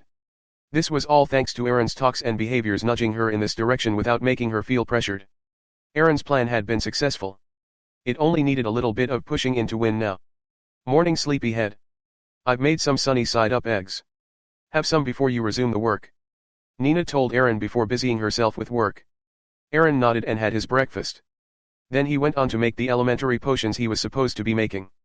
It was already 2 p.m. when the day's delivery ended. Aaron started fixing a simple lunch for both of them while Nina watched him. Ernie, about last night. Do you want to talk about it? Sure, if it leads to the same result that is. Aaron winked at her while chopping onions. That's not what I meant, silly. I mean, what do you feel now? Last night was a huge leap for us. Let's say that, you saw things that you hadn't seen. Do you not regret it even slightly? Women with their post-nut pillow talk about feeling and shit. Can't a man feel happy with just a good FCK and some nice food to eat the morning after? What can be so complicated that it needs a talk? I should be glad she didn't start this last night. Nina. Aunt Nina. Nina corrected him quickly. Aaron forgot that last night was special. And he was only allowed to call her by the name yesterday. Alright? Aunt Nina. Happy now? You don't need to worry about my mental being. I love what I saw and felt yesterday. I'm perfectly fine and dandy, as you can see from the way I behave and talk. But I do feel guilty about one thing if you ask me. You do? Nina asked with concern and disappointment in her eyes. The concern was for Aaron and disappointment for herself. But before both emotions could take hold of her, Aaron cleared what he wanted to say. Yep. I only regret that we couldn't do it as soon as my first awakening happened. I regret not taking you to such dates before yesterday. Not giving you the gifts you deserve. And I also regret us not taking the final step yesterday. Other than that, I regret nothing. Aaron said this while stirring the onion tomato curry he was making. He also had sent pieces of meat jerky and some veggies in it. The duo already had flatbreads to go with the Aaron-styled, mixed veg jerky curry. Their lunch was almost set. Hee hee. Little rat, you almost gave me a mini heart attack. The academy will start soon. You'd be gone for at least 5 years, coming here only during long holidays. So I'm open to us having dates these days. You can call me by my name during our dates. But I can't promise anything more. Gifts are always welcome. But I'd suggest you save up some money. I can take you up for dates with my money alternatively. And about the final step, let's think about that when you grow up a little. Chapter 39, Magenta. Aaron smiled mirthlessly at Nina's last reply and nodded. Nina had compartmentalized her aunt persona and her more than aunt persona to make a sense of things happening between them. Aaron guessed the near future. From now on, their days would be filled with the usual stuff they were used to doing all these years. And the dates in the evenings would lead to some form of action like yesterday, but they won't pave the way for the final act. It was now Aaron's job to see that they did. Aaron served Nina her lunch and proceeded to take some for himself. He asked the latter while having his first bite. Aunt Nina, when are you going to visit the city of Laurel? Let's see. We should first expedite our deliveries to settle our weekly order from the association. That will take up to 3 days. 2, if we grind it. So I can go 3 days from now on. I'll take a week to settle my business there and return. And then, it'd be business back to usual. Do you want to come with me to the city of Laurel? Aaron wanted to say yes. But he had so many things to do here in the city. The fake DOM was waiting on him to get framed. Therefore he could only reply with, I want to, but I'll pass. I need to take a look at a few books that are mentioned in the academy syllabus. Don't know if I'll get time to do this afterwards. So I'll do that while you are gone. Alright. The curfew has been lifted. But there's still some strain on public law and order in the city due to Isaac's death. Make sure you don't roam around after the sun sets while I'm gone. Yes. Aaron couldn't wait for Nina to leave the city. Only with her absence could he execute his plans. The more he waited, the more would be the chances of his identity getting revealed. Killing DOM was one thing. But now that he had killed Isaac and his friends as well, who were the students of the previous LA Academy, Aaron was sure he could get hunted by the entire kingdom. 3 days later. Nina was going to leave for the city of Laurel today. The last 2 days had been a bit busy for both of them. Ernie, remember, be at home after the sunset. And have your meals on time. Don't skip on them thinking that it is a bother. Do you have anything to ask before I leave? Yes. I have one crucial question to ask before you leave. Aaron asked while creating suspense. Nina got tense. Yes. Her voice also got lower as a result. It is related to what we had discussed the other day. What is it? Nina was on edge now. What's your color today? Aaron asked and winked at her. What's my color today? Nina didn't get it at first. She had to think for a while and associate it with Aaron's smirk to understand what he was asking. Aaron was asking about the color of her panties today. Little rat, you are always up to no good these days. You have changed completely after your awakening. Nina pulled up Aaron's cheeks while having a fake pout. But she was laughing internally at his shenanigans. Bye now. I'm leaving. Nina finally got to the door and walked outside. Aaron waved her goodbye and was about to close the door on her before he saw her making her way towards him again. She must have forgotten something. Aaron thought before opening the door wide, allowing her easy access. But Nina didn't go in. She stopped at Aaron and got close to his ears. Then she whispered something that let his blood rush to his nether region. Ernie dear, today's color is magenta.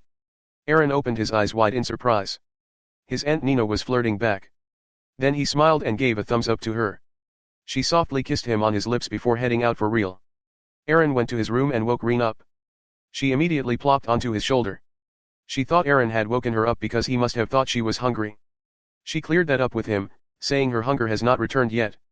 Reen almost always thought about having food. Aaron had a mini headache before he told her to shapeshift into DOM. Aaron had been talking with Reen ever since he hatched the plan of framing DOM. He had realized that the mental channel he had with Reen wasn't something Nina could discover. Therefore Aaron kept that channel always open, letting her read his thoughts. He was also correcting her mistakes in vocabulary and pronunciation. Reen was a smart girl. Probably smarter than a demon beast her age could get. She kept on learning new things from Aaron and started making sense out of them in her head while she remained as a coffee mug. She also kept on asking Aaron questions all the time.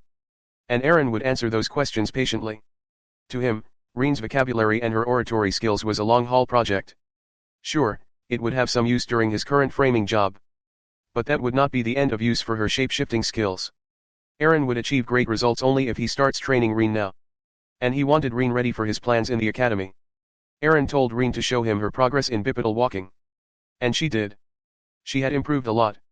Now nobody would be able to think that it wasn't a human when Reen walked in Dom's form. At most, the eyewitness would regard it as DOM having some injuries related to his legs or just being drunk as a reason behind his weird walk. ERN. How did I do? Reen asked in Dom's voice. Her speech was improving. You've made huge progress, Reen. I'm proud of you. I see that the division of words is working for you. I can at least understand what you want to say even if I were to only hear your voice. Keep on practicing these things when you become an inorganic object. Use your idle time thinking about the words and speeches. You can always ask me something you don't understand. Is there anything you want to ask now? ERN. Wait, did you eat 3 days byaik after the evening? Did you have good food? Which evening are you talking about? Wait a minute, don't tell me. The channel was open at that time. Reen was keeping track of my thoughts when I spent time with Aunt Nina. Chapter 40, Julie Eckhart. Reen was keeping track of my thoughts when I spent time with Aunt Nina. Only now did Aaron realize that Reen was reading his thoughts and emotions when he had his way with drunk Aunt Nina post their dinner date. He was in ecstasy due to repeated orgasms. His long-awaited wish had come to reality. Reen connected those feelings with having very good food and asked him about the same. He could only smile mirthlessly after realizing that the mental channel had been left open by him during his intimate moments with Nina. Aaron had kept the channel open in these 3 days so that she could ask him questions anytime. But he forgot to close it that night. Yes, Reen. I had fish for that day. My favorite. Aaron laughed at his pun. But he started laughing uncontrollably when he heard Reen's next words. I also want to have some fish. Reen asked while running towards Aaron. They were fine-tuning her walk in the ground floor's open space now, before tonight's events. Every little, last-minute preparation mattered before partaking into something like this. Aaron immediately stopped her in her tracks by mentally giving her commands when he saw her running towards him. He was visibly shaken by the intimidating view. Aaron didn't want to see naked Dom's body coming towards him with open arms, aiming to hug him. He had already killed the guy. What would he do by forming such bonds with him? The evening arrived. Aaron made fake Dom wear the clothes that he had received from the original Dom's ID stone. He also told him to retract his prowess and not leak any of it. Reen by now had understood and learned to not leak her demon beast aura, thanks to her training of staying as inorganic objects. She could now shapeshift into people while assuming the status of inorganic matter. Her ruse would work as long as there's no higher-ranked entity inspecting her. Aaron and fake Dom walked out of the house and disappeared into the darkness. They then visited the same gambling den they had previously to lure the Fantastic Five. This time Dom went in while Aaron stayed behind. The first thing the fake Dom did after entering the bar was to order a pint of E-rank booze in his weird accent and kept the tab open. He started chugging pints after pints until he was satisfied. Aaron wanted fake Dom to do that so that he can have a good excuse for his weird accent. Fake Dom's facial expressions and his stride were anyway. So drinking that much booze justified everything about him. Dom kept on looking at the bar's crowd from time to time as he had his booze. Then he approached a female rogue, apparently to impress her. He reached her table and took a seat in front of her before trying to woo her. Reen had her mental channel open while acting as a fake Dom. She would send all her thoughts and experiences to Aaron in real time. And he would be aware of the audio-visuals happening in front of and around Reen at almost the same time as her. Reen was only conveying what her master wanted her to say. The real conversation took place between Aaron and that Lady Rouge. Hi, beautiful. Don't you think this bar is too crass for ya? Why don't you come with me and we can find some nice cozy place to spend the night? Damn. Saying that you are drunk is an understatement, strange man. What's with that weird tone and speech? Are you not from here? Ha ha ha ha. No need to think of me as an outsider. I might have something else to drink before coming here. My head's still buzzing. This is an after party after an after party, you see. Will you like to join me for some fun? All expenses will be paid by me, of course. That's all good. And you look okay, I guess. But I don't know you. And don't get me wrong, but you are weird. So I'll pass. Lady, please wait before you reject the deal. Let's know a little about each other if that's what you want. I'll go first. My name is Dom Walker. I'm an E rank hunter steps away from becoming a D rank. Life is fleeting, young miss. Tonight I'm asking you to spend the night with me. Tomorrow, you might not even get the chance to have a word with me to show your approval. That's because I've struck gold. I'll tell you at this moment, mark my words. I'll become so successful that my name will spread throughout the entire kingdom like some viral flu of the season. Dom said this while emptying another pint. Of course, he said this in his weird accent. But that wasn't important anymore to either the lady or the nearby audience that was listening to their conversation. Dom Walker? Where have I heard this name? Wait. Dom Walker. An E-rank hunter. Are you from the OB, short for Ozen Braveheart Hunters Association? I was. Not anymore. Wait. Should I say this out loud? Huh? Who cares? I don't have to work in that guild anymore and struggle for every penny. My backer is huge. My point is, young lady. I'll soon be walking on the path of success that'll take me away from this backwater place called the city of Ozen. Why not follow me till you can? Dom said this and started eating the chips that had been ordered by the lady without asking her. But she didn't mind. The scoop in front of her was worth more than the price of those chips. But they say that you died. And your entire party was wiped out in the Ozen Woods disturbance. How can you be alive after all that? The lady asked Dom what the entire audience of that conversation was dying to. Dom acted as if he didn't care. As if his backer was not something to be taken lightly of. Ah. That. Let's say I'm a dead man walking then. Ha ha ha. Don't worry about the details. What's your name? Are you leaving the place with me tonight or not? Decide quickly. I don't have time. I'd rather go avail of professional services if there's nothing to be gained from here. Name's Julie. Julie had to give him something to keep this filthy blabbermouth hooked to the seat. As I said, I don't know you, so how can I come to a decision this quick? Listen, why not tell me what happened to you and your team in the Ozen Woods? And about your backer as well. I'll come with you after you give me these deeds. Is that so? I'm going to leave the city anyway. I guess there's no harm in telling you. But you have to promise not to speak a word about this to anyone. I promise.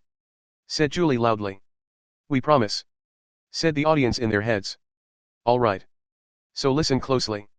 Dom bent forward a little to make the conversation more private. But contrastingly, his voice remained on the same volume. The road to success in the ranking journey is forged with the corpses of your enemies and friends. Yes, I killed my party members. It wasn't any rogue cultist. And it certainly wasn't a demon beast. Sure, it ate the dead bodies. But those bodies were dead because of me. Do I regret it a little? Yes, maybe. But will I do it again after being offered the same choice? Abso-fucking-lutely yes. Why did you kill them? Julie asked and touched her sheath dagger's hilt attached to her waistband, trying to find some sense of security while talking to this maniac. Julie was an E-rank entity in the initial stage. Her on-field experience wasn't as rich as the guy. She wasn't Dom's match in a frontal assault. But she was confident of saving herself from any mishap, thanks to Dom's drunken state. Why, you ask? Of course, it was to feed that damn demon beast. It was raised especially by that backer, you see. And it needed ranked entities to feed on. Dom said this like it is the most obvious thing in the world. Chapter 41, Recorded Interview. That's absurd. A demon beast will never be tamed by anyone if it's not the blood ritual performed at the time of their evolution. Julie refuted him without waiting for a moment's delay. She thought the guy was too drunk to make sense now. I said they raised the beast. Not tamed. The beast was sent human sacrifices at the right time for its steady evolution. Don't you know the hunter's disappearance had increased long before the Ozen Woods disturbance was known to the populace? Aaron said this in Dom's voice from a distance. He was using his bullshittery again. There would always be cases of hunters' disappearances into the woods and more. Not just here, but all over the world. Aaron just linked those disappearances to a conspiracy. People needed a reason to believe the lost hunters' disappearances were a part of a bigger plot than some mundane things like being killed by the magic beasts, terrains, circumstances, or rivals. Aaron/fake Dom's claims worked. Julie and the audience around them suddenly realized that there was more to the sudden increment in death toll and disappearances. But who would be crazy enough to raise a demon beast this way? If they were found out, they would be hunted by the entire kingdom and brought to justice no matter how high their rank is. Julie said this and immediately felt she shouldn't have asked the question. The matter didn't look as simple as she thought it to be. Maybe it would be in her best interest if she doesn't know the identity of the one who raised a demon beast this way. She wanted to retract her question and replace it with something else when she heard a burst of hearty laughter coming from Dom. Ha ha ha. Julie, oh my sweet little Julie. Don't you think a person partaking in a project of such scale and magnitude would know about the risks involved in it beforehand? Let's just say there's no fight between the killers coming from the same creed. The kingdom is more than what it lets on. Aaron again voiced and weaved a popular conspiracy theory. A kingdom that keeps its citizens in the dark and obtains benefits through shady means. Conspiracies that discredit popular beliefs would always get sold like hotcakes, whether they were true or not. This time was no different. You mean? What I mean doesn't matter. What matters is that I was put in a tough position to choose between two hard choices. Either stay as a mediocre hunter all my life. Or, take a flight in the skies with a little push from that backer, after a chance meeting in the woods. I wanted to say no. But his power and the things that he was offering in exchange were too hard to resist. That guy had always done things slowly and carefully till now. But it looked like he was in a hurry all of a sudden. He decided to expedite the process by sending a lot of sacrifices towards the beast in one go. That's when he laid his hands on my party. He offered me a deal. To lure my party to an isolated location and sacrifice my members there in exchange for a sure-shot way to break into D rank and progress much further. We all know the kingdom controls information like this, so most of us stay stuck in lower ranks. But I had the chance to break past these limitations. And I took it. Begrudgingly at first, and willingly later on. That cursed demon beast evolved into AC rank as a result. The backer was able to tame it successfully using the blood ritual. He also gave me an artifact to safely exit from the woods without leaving any clues behind. For our discretion, we had chosen an off route to exit the forest. But what? Julie asked anticipatingly. But we met some greenhorns unexpectedly. My backer wanted to keep his identity hidden, so he killed them all brutally. I suspect he would have killed me too had I not signed a binding contract with him and taken some preventive measures against him. I'll meet up with my backer in the next few days outside the city and then leave the city of Ozen for good. But I need to enjoy my last days here. Turns out, a few among the younglings my backer killed were loaded with money. He didn't need the money or any of their stuff. So I kept some, sold some, and threw some. I still have plenty of their money on me. Should we make good use of it during my time here? Aaron/Dom smiled creepily like he hasn't tried smiling before while saying that. Then he took out 2 ixtals from his ID stone and handed them to Julie. Julie's eyes opened wide after Dom gave her 2 ixtals in advance without them doing anything together. How loaded is this guy? Julie thought to herself after she looked at the ixtals lying on the table in front of her. Before she could say anything about it, Julie saw 2 ladies approaching their tables after they witnessed Dom's charity work. Julie could see what must these ladies be thinking of when they were approaching Dom. 1 ixtal was enough for them to live a good life for quite some time. And if they could please Dom some more, maybe he would bless them with another couple of ixtals. Julie couldn't blame them. She too would have similar ideas had it been someone else and not Dom who had gotten himself involved in the mess. And Julie was here on a mission. A mission that was almost completely overdue to an unexpected encounter with the perpetrator behind the whole incident himself. The ladies approached Dom and offered him to double his fun. Dom of course accepted right away. He looked at Julie, who waved him goodbye, indicating she wasn't interested in the offer. Dom didn't mind. He even let her keep the 2 ixtals. Julie had tried following Dom when they went outside the bar. But even in his drunken haze, Dom could sense he was being followed and looked back to stare at Julie, who then had to bow her head and let him go away. She knew if she pushed her luck now, forget about unwrapping the whole mystery behind Dom, she'll end up deader than the dead. Dom had gotten away. Nobody could tell where he had gone. Julie closed her fist on the 2 ixtals Dom had given her. She needed to inform her superiors about the breaking news she had received. Julie Eckhart was on a mission when she was spending her time in such a lowly place. To collect information about the unknown person that had accompanied Dom during his second visit to the Ozen woods. Sometimes the denizens of the darkest corners of the city knew more about what happened around them than people of the light ever could. Julie stuck out in the bar due to her ranking. Not many people could cause her rank due to her using an artifact to interfere with their mana sense. But Reen could find out about it with her C rank prowess. Therefore, Aaron immediately closed in on Julie, knowing full well she wouldn't be the bar's usual customer. She was there to collect information regarding anything and everything that had happened in the Ozen woods. Aaron knew the city was now crawling with spies. He just needed to approach the right spy at the right time to spill the beans about Dom's involvement. When Dom was approaching Julie, Aaron could tell that there was a hint of surprise flashed in Julie's eyes briefly before she masked it away.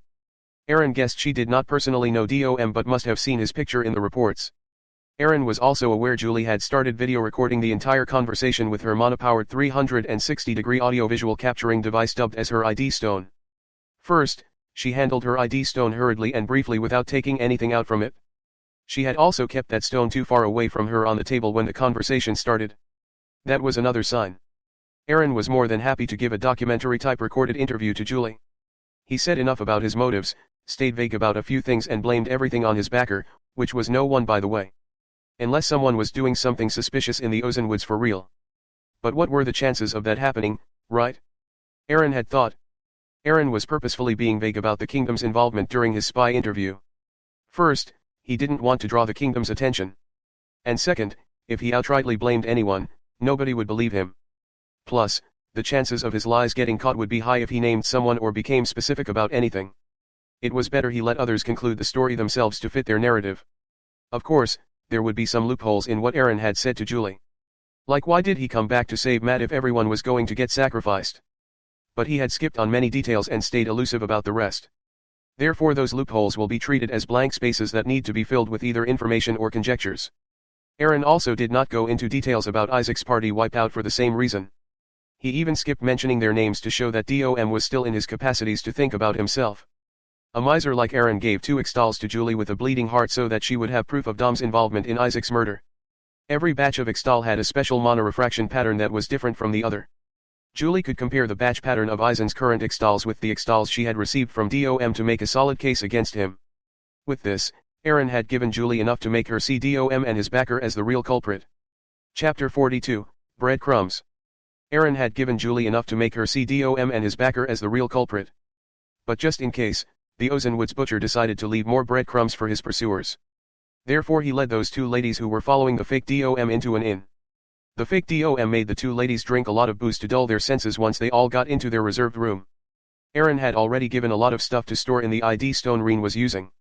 The strong booze was included in that storage. Aaron had booked another room to enter the inn. Then entered Dom's room after he opened the door for him. Both the ladies had already gotten delirious by then. Aaron didn't want to kill these 2 ladies. They would serve as the breadcrumb/proofs for Dom's supposed involvement in Isaac's murder. Aaron needed to perform sexual acts on these ladies that would serve as proof of them spending the night with Dom. But Aaron didn't want to lose his newly gained virginity on these cheap thoughts. He wanted Nina to do that honor. So penetration was out of the question. These ladies wouldn't remember what had happened to them tonight either. Only their sore bodies would make them remember they had been through a lot with some guy named Dom. Aaron immediately got to work. He told Reen to become a coffee mug first. Then he made her retract her mana sense and stopped his mental connection with her for the time being. Aaron didn't want Reen to experience the sexual appetite just yet. First, he thought of her as a child who is just learning to walk. Second, he didn't know what physiological changes it would bring to the demon beast. Perhaps Reen will go berserk if her sexual needs aren't met properly. This happens with even rankless animals. And with ranked animals, the state of berserk can only get enhanced. Therefore, Aaron turned Reen into a complete coffee mug before starting his business with the ladies. Aaron started rough. He didn't give the same care to the ladies as he did to Nina. He needed the proof of his rough play to be shown on the ladies' bodies the next day. When Aaron was done, both the ladies were naked and writhing in pain-induced ecstasy. They also had come a lot. Even without the penetration, Aaron was thorough with his hands. Aaron just kept his mouth away from getting involved in the play. In this life, he would only taste the finest of ladies with his mouth. The musky after-sex scent had filled the room. Both ladies soon fell into a deep slumber together. Aaron left 4 Ixtals, this time stored inside Dom's original ID stone.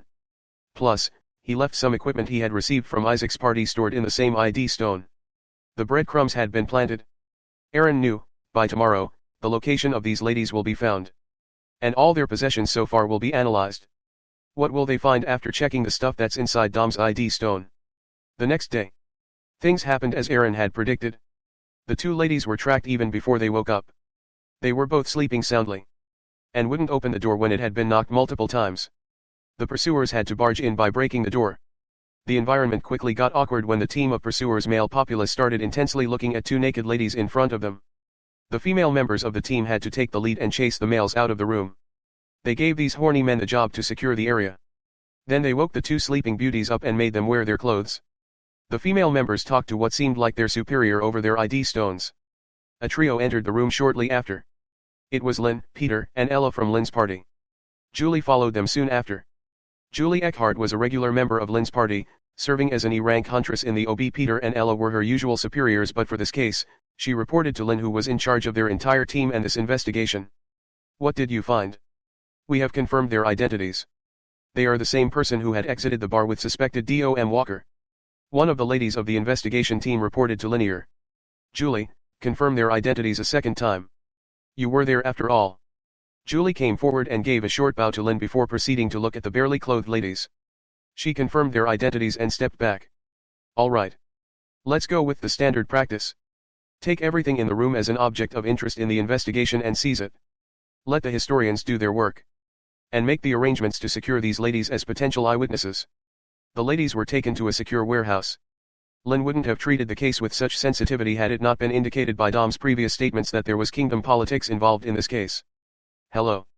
My name is Lynn Carr. I'm a regulatory officer of the OB. We are currently investigating a man named DOM Walker who you two ladies met yesterday. We want details regarding your interactions with the same man. The ladies blushed after hearing Lynn's request. Aaron had done a number on them. Their bodies were sore and they didn't remember many things post the booze and the bong. But they knew they had the best time of their lives with DOM Walker. Sir, might we know what crimes the guy committed for you to bring us here against our will? One of the ladies asked while mustering her courage. They wouldn't want to rat out the guy who had kept his word and left them 4 XTALs each like he had promised unless they could help it. Lynn lit a dark green gasper, inhaled the smoke, and took a huge puff before replying. Where do I begin? We suspect that the man you know has killed his party members willingly by putting them in harm's way. He has colluded with a third party to cause Ozenwood's disturbance. He is suspected of nurturing an untamed demon beast of C rank. There are some more crimes we suspect him for. But it would be too immature for me to comment on those at this point. So tell me, what do you know about the guy you met yesterday and what did you do together? The ladies realized the guy was even more of bad news than they gave him credit for. They decided to come clean and told him everything they knew about him and what took place after they got into the inn's room. Lynn had creases on his forehead after hearing the ladies' statements. Although they confirmed that they had spent the night with DOM doing the sexual activities, when he asked them about the details through Ella and Julie, they said that they were too drunk and high at the time to remember. Matt had given them a crucial detail that DOM had a small scar just below his right pectoral. But the ladies couldn't confirm seeing that. Lynn was just about to grill them some more before the historian's report came in. They said that the suspect named DOM Walker had a very faint aura of a demon beast on him, meaning that he was in close contact with the beast or he was a demon beast himself. Lynn immediately discarded the second idea. The historian also confirmed that the room had another visitor at midnight. The reports indicated that he was rankless. But that only confirmed Lynn's guess that it was the same man who had accompanied DOM during his second trip to the woods. His backer. Lynn was thinking about his next set of plans when he got another report. One of the objects collected from the room was confirmed to be Dom's ID stone. And it had some stuff remaining in its storage space that belonged to Isaac's party. So it was him. Killing his party members wasn't enough. The bastard and his damn backer killed the kids as well and ruined everything for me. We need to skin these cold-blooded criminals alive after capturing them. Chapter 43, Redact and Whitewash. Lynn said out aloud after seeing both the reports. It was useless to dig any further after seeing so many substantial pieces of evidence. Lynn, I respect you as my senior, but please don't drag our party and association in this mess any more than you already have.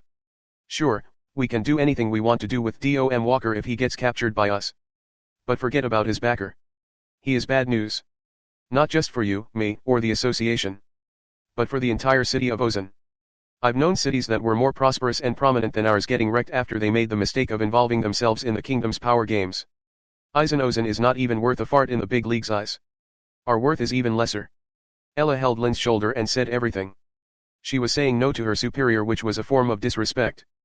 But Lynn knew there was no malice in it. And he was worried about the same thing as well. What should we do then? Lynn asked helplessly. No matter what came out of the investigation, Eisen was on his case. Lynn had to withdraw inside the academy and resume his lecturing again if he wanted to have some peace of mind. Simple. Redact everything about the backer from the report. Blame everything on DOM Walker. And punish him. I'm sure his backer wouldn't mind us taking care of a nuisance.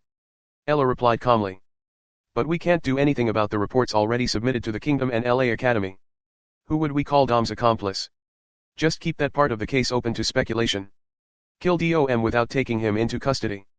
That way he won't renege on his backer and make troubles for him as well for us. What about Matt, the only guy alive from Dom's raiders? He'll make noise if something about our report and investigation seems half-hearted to him. That might indeed be a problem. But he is just an F-rank hunter in the initial stage. I'm sure the OB wouldn't mind if we discredit him a little before getting him out of the association. That way his rants would seem like him getting back at us for kicking him out. And when did you come up with this entire game? Don't tell me you thought all this on the spot. Lynn had to ask after hearing Ella's every foolproof explanation on how to make this problem go away. Yesterday. After I saw the footage of Dom Walker's talk with Julie. Unlike you, I've met him in the OB a couple of times. It was indeed him. No doubt about it. I was only wondering how he was so hammered not to speak normally during that footage.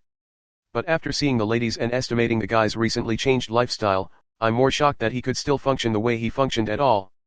So if it was indeed Dom, and if we assume all that he said during the footage to be true, then today's outcome was a foreseeable event. I couldn't sleep at all last night thinking about the repercussions of our investigations and came up with this plan. Alight. Let's do it your way then. Lynn agreed with Ella's plan. They weren't just seekers. They were hunters. They knew about how to skin their prey. But they also knew about how to save their hide. Lynn's only regret was that he wouldn't be able to think about ranking up anytime soon after he resumed being a lecturer. But his life and safety were more important at this point. A week later, Nina had come back from her trip to the city of Lauren. She had carried a lot of ingredients in her ID stone. But that wasn't enough. She had to use a couple of E-rank storage space artifacts to pack all the stuff. Aaron greeted Nina with open arms. He inhaled her musky scent mixed with her new go-to EDP he had gifted to her. Nina too felt at home after taking Aaron in her embrace. Aaron used his hands again to grab Nina's butt and gave them a firm squeeze. Nina was kinda expecting this so she didn't flinch. Little rat, behave. We are at doorsteps. Let me come in first. Nina pulled Aaron's cheeks with equal enthusiasm. She was in a good mood today seeing Aaron after a week. But then Nina remembered Aaron would be gone for 5 academic years. And he might not come back to her after he is grown up and gets a place of his own. That realization suddenly hit her and made her sad. Aaron observed the sudden drop in Nina's mood and understood she was thinking about his eventual departure from this place. He tried to pacify her. Aunt Nina, don't worry. For me a week and 5 years are all the same when I don't get to see you. I'll come back as soon as those wretched academic years get over. Nina smiled hearing that. She had underestimated Aaron's EQ. Umph. Who's worried about your absence, little rat? I'll probably enjoy not being ogled at by a horny teenager all the time. By now they both had entered the inner sanctum of the ground floor. Aaron had already made breakfast. He would have it with her after she freshens up. Ernie, tell me, what did you do all week? He. Did you perhaps avail of self-help thinking about me? Nina asked while she had the first bite of her breakfast. She has gotten fresh. Aaron had made poached eggs with toast. Please. I'd rather save my energy for our post-date adventures in the coming days. What about you? Aaron was oozing confidence while he was having his bite. The past week had been fruitful for him. He had started sensing mana around him now after the repetitive meditations based on his past experiences. He was much faster than in his previous life because of it. Plus, his framing of Dom Walker had gone smoothly. Nina asked about the same after she sensed the unusual calm in the city even after it was known that Isaac Ozan had been killed. The city's law and order should have been strained attempting mass arrests of suspects.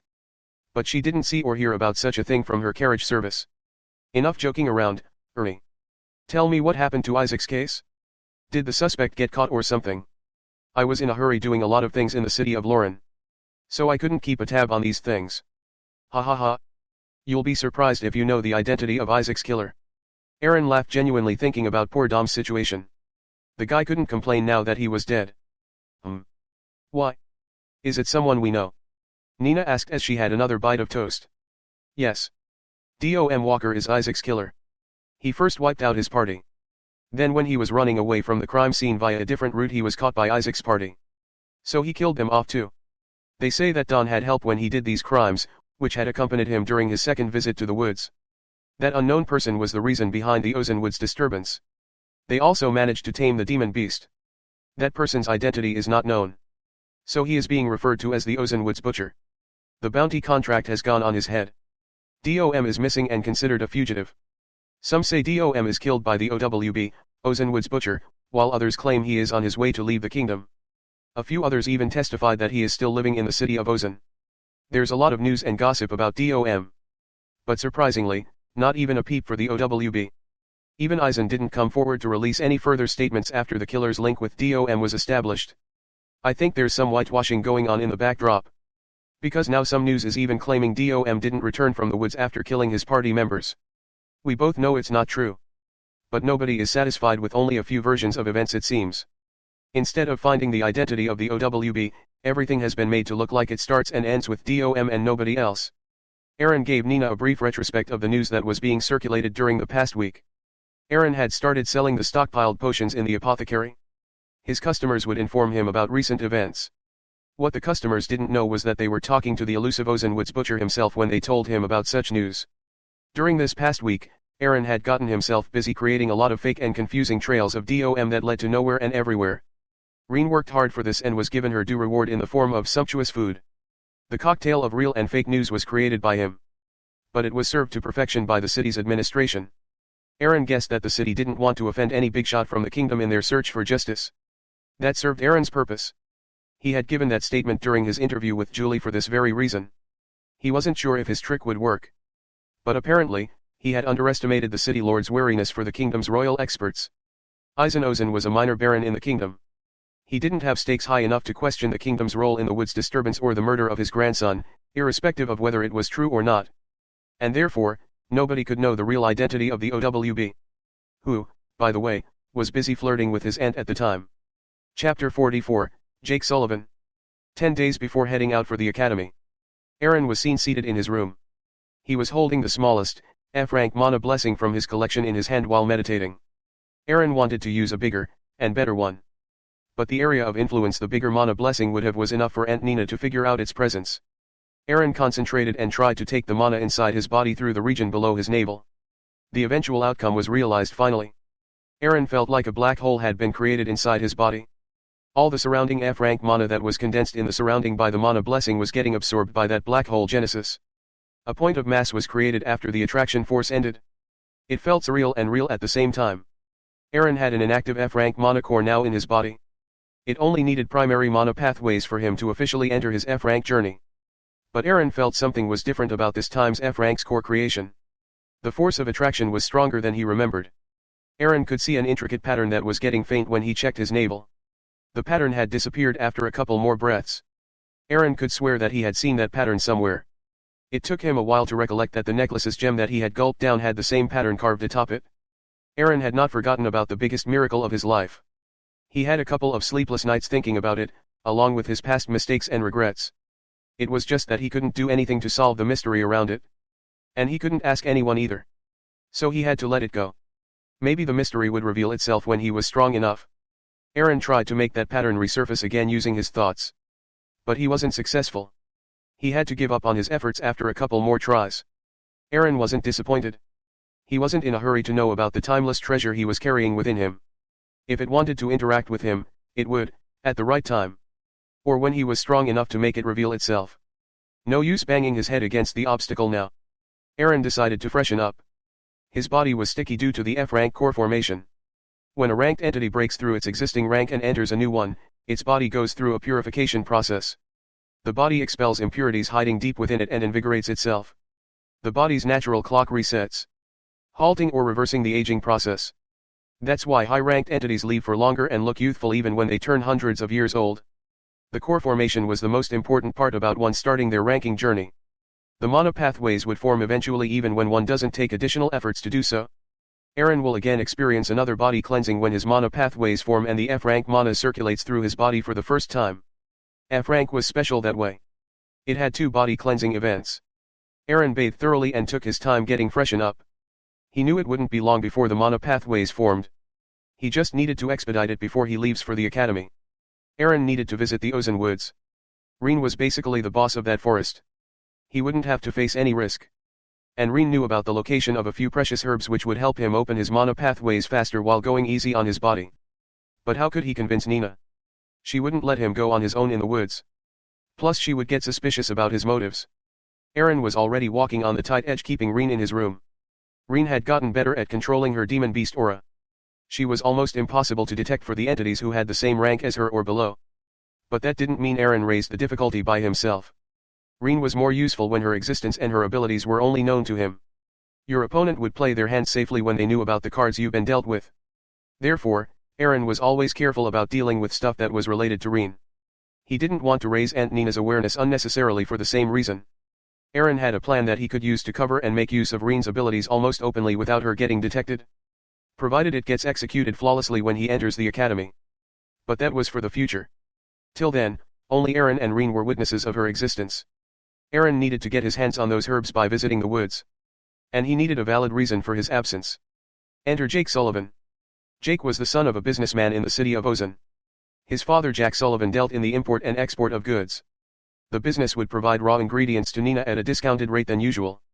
In return, she would sell him potions in bulk only for him to resell them at higher rates at the right market outside the city. Therefore the businessman father had very cordial acquaintances with every healer in the city, including Nina. Jake Sullivan was a carbon copy of his father in many ways. He was cunning and cordial at the same time. He always talked sweetly. And he was ready to make friends with everybody. Aaron had seen an opportunity in Jake when he had come to the apothecary with his father. His excuse to get out of Aunt Nina's supervision and visit the woods unsupervised. Things became even easier for Aaron to make an acquaintance with Jake after he knew that he was also going to enter the LA Academy with him. Jack Sullivan had paid a hefty donation to the city of Ozan's administration to reserve a spot from the limited seats in the academy for his son. The city of Ozan could send up to 5 kids every year under the reserved quota. Everyone other than the reserved seat kids would have to pass an entrance exam, which was as difficult as it was unpredictable. Therefore the reserved seats would always be preferred by the well-to-do people who wanted to send their kids to receive the best education the kingdom had to offer. Even Aunt Nina was no different. She had enrolled Aaron into the reserved seat quota. It was just that she didn't have to pay. Her influence on the city's administration was strong enough to avail a reserved seat. Therefore, Aaron and Jake didn't need to give any exams before entering the academy. They will be fellow students in the next few days. Aaron was a shut-in in his previous life. He didn't interact with people apart from a select few of them in the academy. So he didn't know about Jack or the fact that he came from the same city as him. But that didn't matter to his current plans. Jake immediately extended his hand of friendship to Aaron and the latter accepted as quickly for reasons known to him. Today Aaron was going to use his new and only connection so far to get out of his current predicament. Aaron stepped downstairs, had his breakfast, and told Aunt Nina that he would be meeting with Jack and discuss academic studies with him. He also told her that he might stay over as his place. Nina wanted to ask some more but Aaron had already run out of the house by then. She never knew a recluse like Aaron would find a friend in Jack this easily. Nina was glad that Aaron was finally making connections and didn't want to stop the progress. So she let the matter go. Aaron headed to a now familiar alleyway that he had been using to disappear into the dark. When he appeared from the other end, everything about him had changed. Aaron had bought hunter's clothes for himself when the city markets started functioning. It was to blend in with the hunter's populace. Aaron had also got 2 masks now. He was wearing one of them that only left his eyes and forehead unmasked. An unknown lady in her late 30s could be seen with him. She looked menacing with her odd, deformed smile. She had also worn the hunter's clothes. Reen, stop smiling. It doesn't look good on you yet. You might scare the rental agency guy. Aaron scoffed at Reen, who then followed his orders and stopped her facial exercise. She asked her master as they were headed to the southern city gates. Aaron, what should I say to that rental agency food? Reen spoke in the lady's voice she had eaten before. It was just some random woman who the duo had preyed on. To satiate Reen's hunger, that is. Reen's oratory skills and her bipedal walk had taken huge leaps forward. She almost sounded normal. There was a slight oddity in the way she controlled her voice, but that wasn't a deal breaker. Reen's walk and her run were the ones she had improved most on. She walked and ran like humans. She could go faster than Aaron now if she wanted to. Just rent 2 nice colts for both of us. Use the money I've given you and the ID stone of the lady you have shapeshifted into. Of course, the ID stone and your mana signature won't match. Just tell him your ID stone has some problem and you intend to change it after the strip. Give him 5 EDS, Edinburgh dollars, as a bribe while saying it. Alright. I can't eat it afterwards, right? Call him and not it when you talk, will you? No, you can't eat him. You'll have plenty of mana beasts to feed on in the woods. Aaron and Reen talked like usual and reached the rental agency's office. Chapter 45, Jaime's Party. This is your 5th mana beast now. It should be enough to last a while. Now let's go get our herbs before the night sets in. Aaron commented as he saw a mana beast getting devoured inside a slimy ball of mass. Soon that beast's body was nowhere to be found. Even the beast's bones had vanished into the thin air. The slimy ball of mass turned into a naked woman in her late 30s with the average face but well-defined curves. Reen wore the clothes nearby while complaining. Why do humans wear clothes? They don't serve any purpose to me. Reen was wearing her panties now. Or to be precise, the panties of the prey she had eaten and found out later on in her ID stone. If it was Aaron from before, he would have nut then and there, after witnessing that scene. But geezer brain Aaron of today had only one thing running in his mind right now. The forest's undiscovered treasures. Alright. Aaron, there's an F-grade wood elemental crystal nearby. Aaron nodded and followed Reen, who was now dubbed by him as a treasure-seeking device. It's been a few hours since they reached the forest. They had already collected plenty of herbs. It was enough for Aaron to finally break into F rank and start his ranking journey. Now Aaron was focusing on collecting elemental crystals. Reen also had her fill in between their forest traversing. Aaron was getting impatient whenever they stopped for Reen's snack time. Aaron only had till twilight to collect as many treasures as he could. He needed to be back by the next day's morning, lest Aunt Nina tries to contact Jack to confirm his whereabouts. The duo reached the place and collected the elemental crystal hiding inside the tree's trunk. It didn't wait for long before heading to its next treasure destination. The forest was soon covered by a layer of darkness. The moonlight was the only solace creatures of night could find. Aaron was about to head to get the next elemental crystal when Reen informed him about some activity ahead in their path. The duo paused in its tracks. Aaron told Reen to morph into her original form and get inside his shirt to her usual position. Aaron was rankless. So his vital signs were not as apparent as the ranked entities. At most, he'd be considered as another rankless animal in the forest. Reen had become even more inconspicuous than her morphed form after getting back to her usual state. Plus, the duo had darkness as its cover. Aaron proceeded further with caution. No hunting party would prefer hunting at night unless there were specific conditions. And Aaron was sure the hunters of the city of Ozan didn't excel in nocturnal hunting. So he took extra precautions when approaching the entities in front of him. Aaron wanted to avoid any conflict if he could. He had just settled his earlier crimes. He didn't want to waste time covering his tracks once more. But at the same time, Aaron's instincts told him he should at least have a look before jumping the gun. Reen had already told him they were all D and E rank entities. That meant Reen could still somehow handle them. Or at least escape safely if push comes to shove. Aaron could see a kinda open area ahead with a campfire lit right in the middle of it. Aaron didn't exit the woods. He quickly got into the nearby bush and observed from there. Aaron could barely see what lay in front of him. But he guessed at least 4 people were sitting around a campfire, talking among themselves. Aaron couldn't hear their conversation. So he asked Reen to help. Reen spread her mana sense in their direction while keeping it inconspicuous. The mana sense was an extra sense a ranked entity would develop after starting its ranking journey. With each rank up, the mana sense would cover more area and be more thorough in its investigation. It also had an array of uses. Mana sense could double up as a 360-degree vision inside the ranker's mind. It could also serve as an added ear, or an intangible taste bud. Reen used her mana sense on the people ahead and shared the feedback with Aaron. Aaron could now envision and listen to the people ahead as if he was sitting right in the middle of them. Is there any rankless animal nearby? Should I go check it out? One of the 4 members spoke. He was a tall and dark man.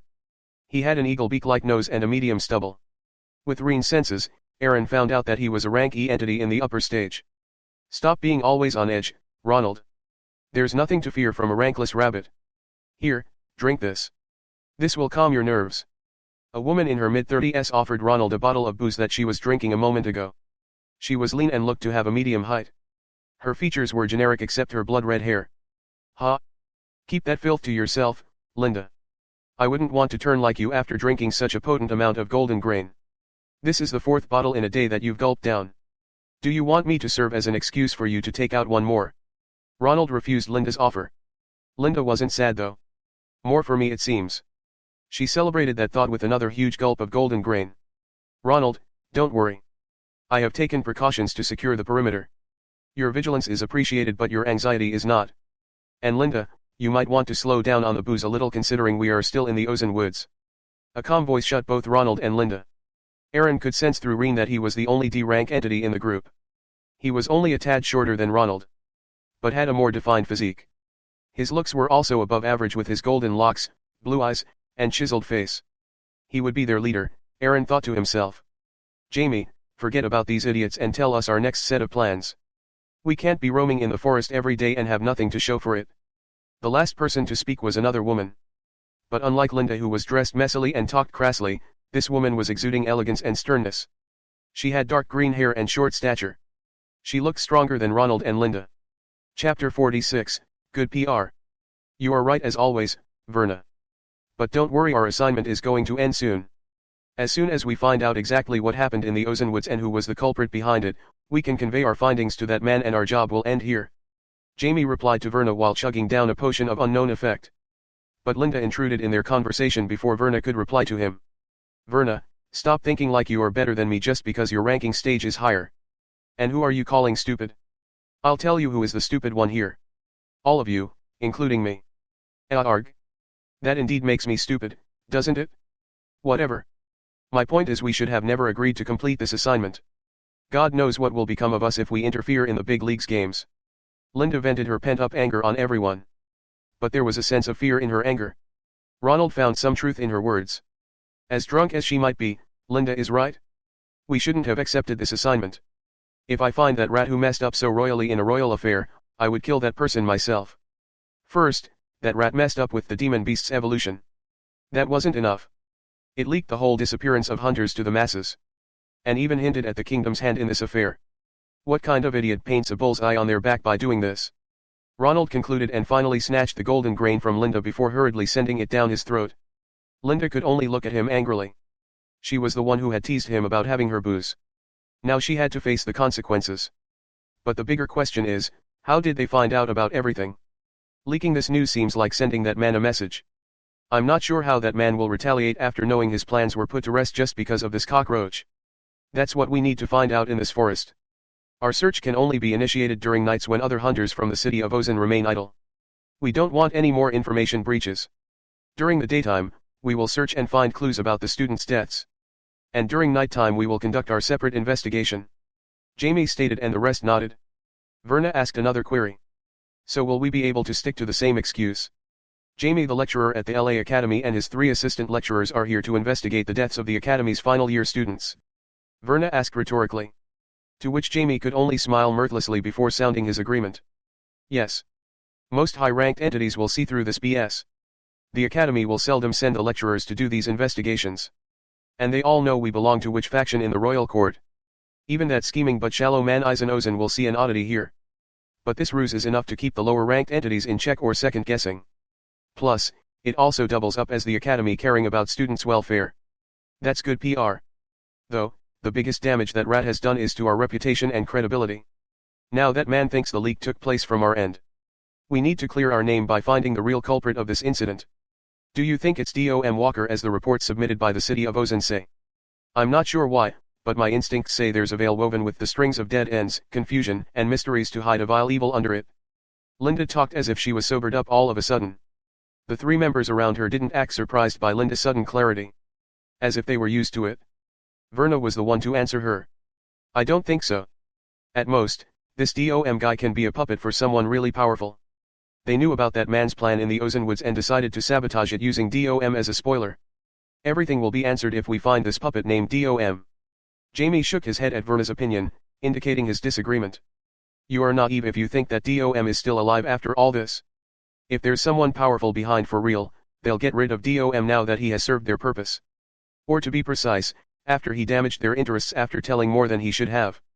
Why would they leave a loose end behind in the form of a blabbermouth who was okay with puking out everything he knew on that recorded footage just to get laid? If you ask me, he is down under some lake, talking with the fishes. Then what should we do? Keep running around in the forest day and night without knowing about what we are looking for? Verna asked with frustration. She was bothered the most about spending her days in the forest, where there was no bath or proper toilet facilities. She looked elegant and cool, but only she knew how hard it was for her to maintain that facade in this environment. Well, Linda will use her powers to detect the smallest of clues if we find some other trail of the person who was with Dom. So far, we have only confirmed what the city of Ozone claimed to have found. That there was a second person with Dom whose identity is unknown. Following Dom's trails is a waste at this time. When you have so many clues regarding Dom out as public knowledge, it can only mean they've been left behind purposely to mislead the pursuers. We can't track the demon beast either because of its speciality. That leaves us only with this person who is as elusive as they are cunning. Even someone like Linda could only come up with that person being rankless, which is not true. So we can't use the usual methods to know about their identity. They've taken necessary precautions against it. That leaves us with the grid-wise, manual search for that person's previous presence in the woods. They must have traveled in the forest a lot of time before the demon beast evolution was triggered. They had to, after knowing so much insider detail about the case. Or they can return to the scenes of their crime, trying to see if they've missed anything. We have already placed artifacts at both the crime scenes, which will let us know as well as record the person's identity there. Meanwhile, we can only try to complete our grid search as fast as we can. This area has been cleared. We will now move to the next grid, heading towards the western side of the forest. And we need to hurry. As Verna said, we don't want to spend a second more in this pathetic forest any more than we have to. Alright? The break time is over. We will take some rest after the next grid gets finished. Let's go. Chapter 47, Passive-Aggressive. Alright? The break time is over. We will take some rest after the next grid gets finished. Let's go. Jamie and his party soon left their campsite after extinguishing the fire. Aaron stayed still for some time even after they left to confirm their departure for good. Only then did he come out. Damn. Aaron came out and said this out loud after he understood what he had done. Aaron had made fake DOM say all those things about his mysterious backer, the disappearance of hunters, and the kingdom's involvement to throw his pursuers off the track. He would have never imagined that what he thought to be bullshittery was true. Aaron had angered a lot of people in the big leagues by making the fake DOM say all those things out in the open. Sure, it had thrown his current pursuers off his trails. But by doing so, Aaron had allowed himself to be the target of even more sinister enemies. His only advantage so far was that they were thinking of him to be someone else. A hidden powerhouse that had the power of ruining the plan of another of their kind and status. Therefore nobody would think about someone like Aaron who was just a teenager and still rankless to be the mastermind they were looking for. The OWB had gone scot-free in his crimes so far. And he wanted to keep it that way for as long as he could. In Aaron's defense, he couldn't even think in his wildest dreams that a backwater place like Ozenwoods was a stage set for bigger powers. He had only done what was right and most optimal at that point. Aaron simply did not have enough information about DOM to know about this hidden plot. So that's why in my previous life, DOM shifted to the kingdom's capital after his taming of the demon beast.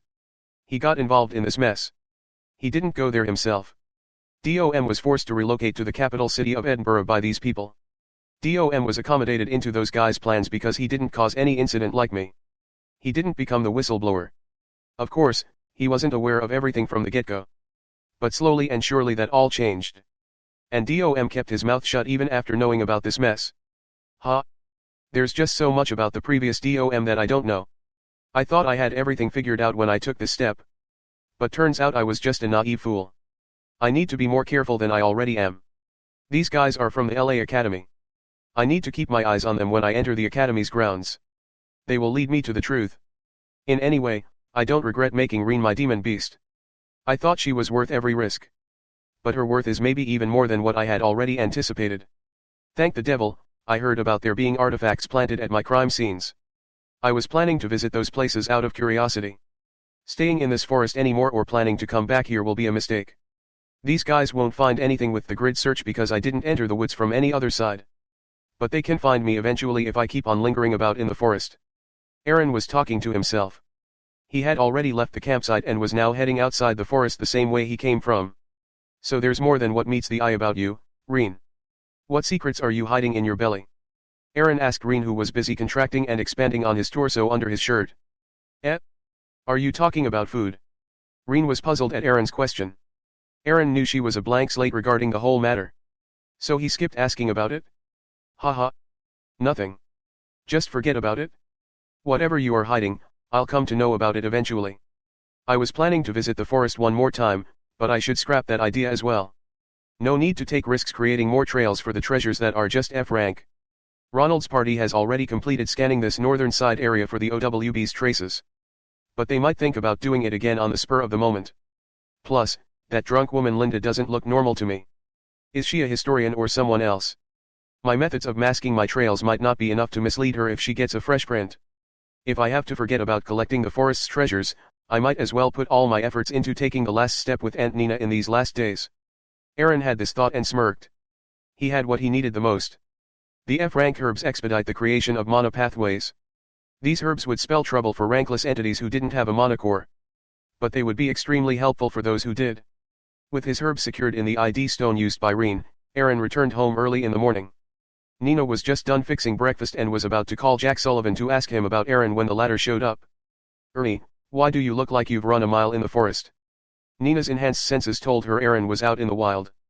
There was no point lying about his whereabouts. Aaron needed to lie differently. "That's because me, Jake, and his servant had gone for a campfire at Green Dunes just outside the southern city gates. We spent the night there and came back just a few minutes ago."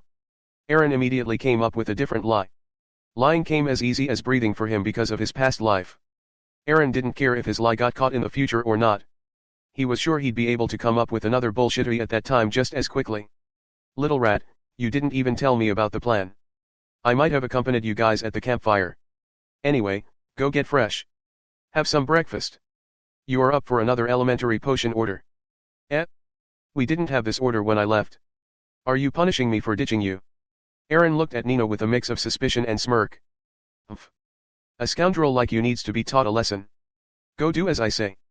Nina had a pout on her face. She didn't think Aaron would be gone for the entire day. Her anxiety peaked when she realized his absence would become semi-permanent for at least 5 years. It looked like Nina was punishing Aaron. But she only wanted to look at Aaron for more time. By making him work at the lab, Nina would be able to see him in front of her eyes. That was her passive-aggressive way of showing affection towards him. "I'll walk on the path of fire for you, lady. This much is nothing. Just let me get fresh. I wouldn't want to stand near a stunning lady like you with this attire and state." Aaron took Nina's hand in his and kissed the dorsal side while bowing a little. Nina's heart immediately softened at that gesture.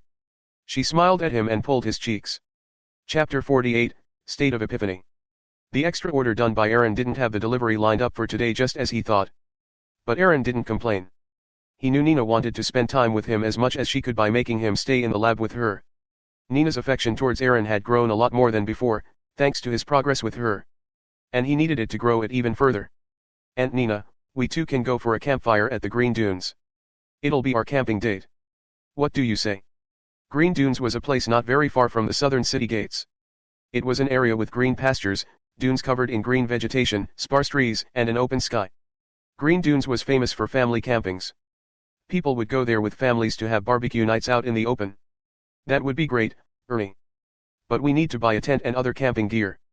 Nina was easy to please. Aaron didn't even need to use his glib tongue this time. But he'll be sure to use it somewhere else. "Don't worry, Aunt Nina. I'll make the preparations myself. But I'll need some time for myself. Therefore, we'll do it 3 or 4 days after today. I feel like my mana pathways will be created during these days. You already know my F-rank mana core has been condensed.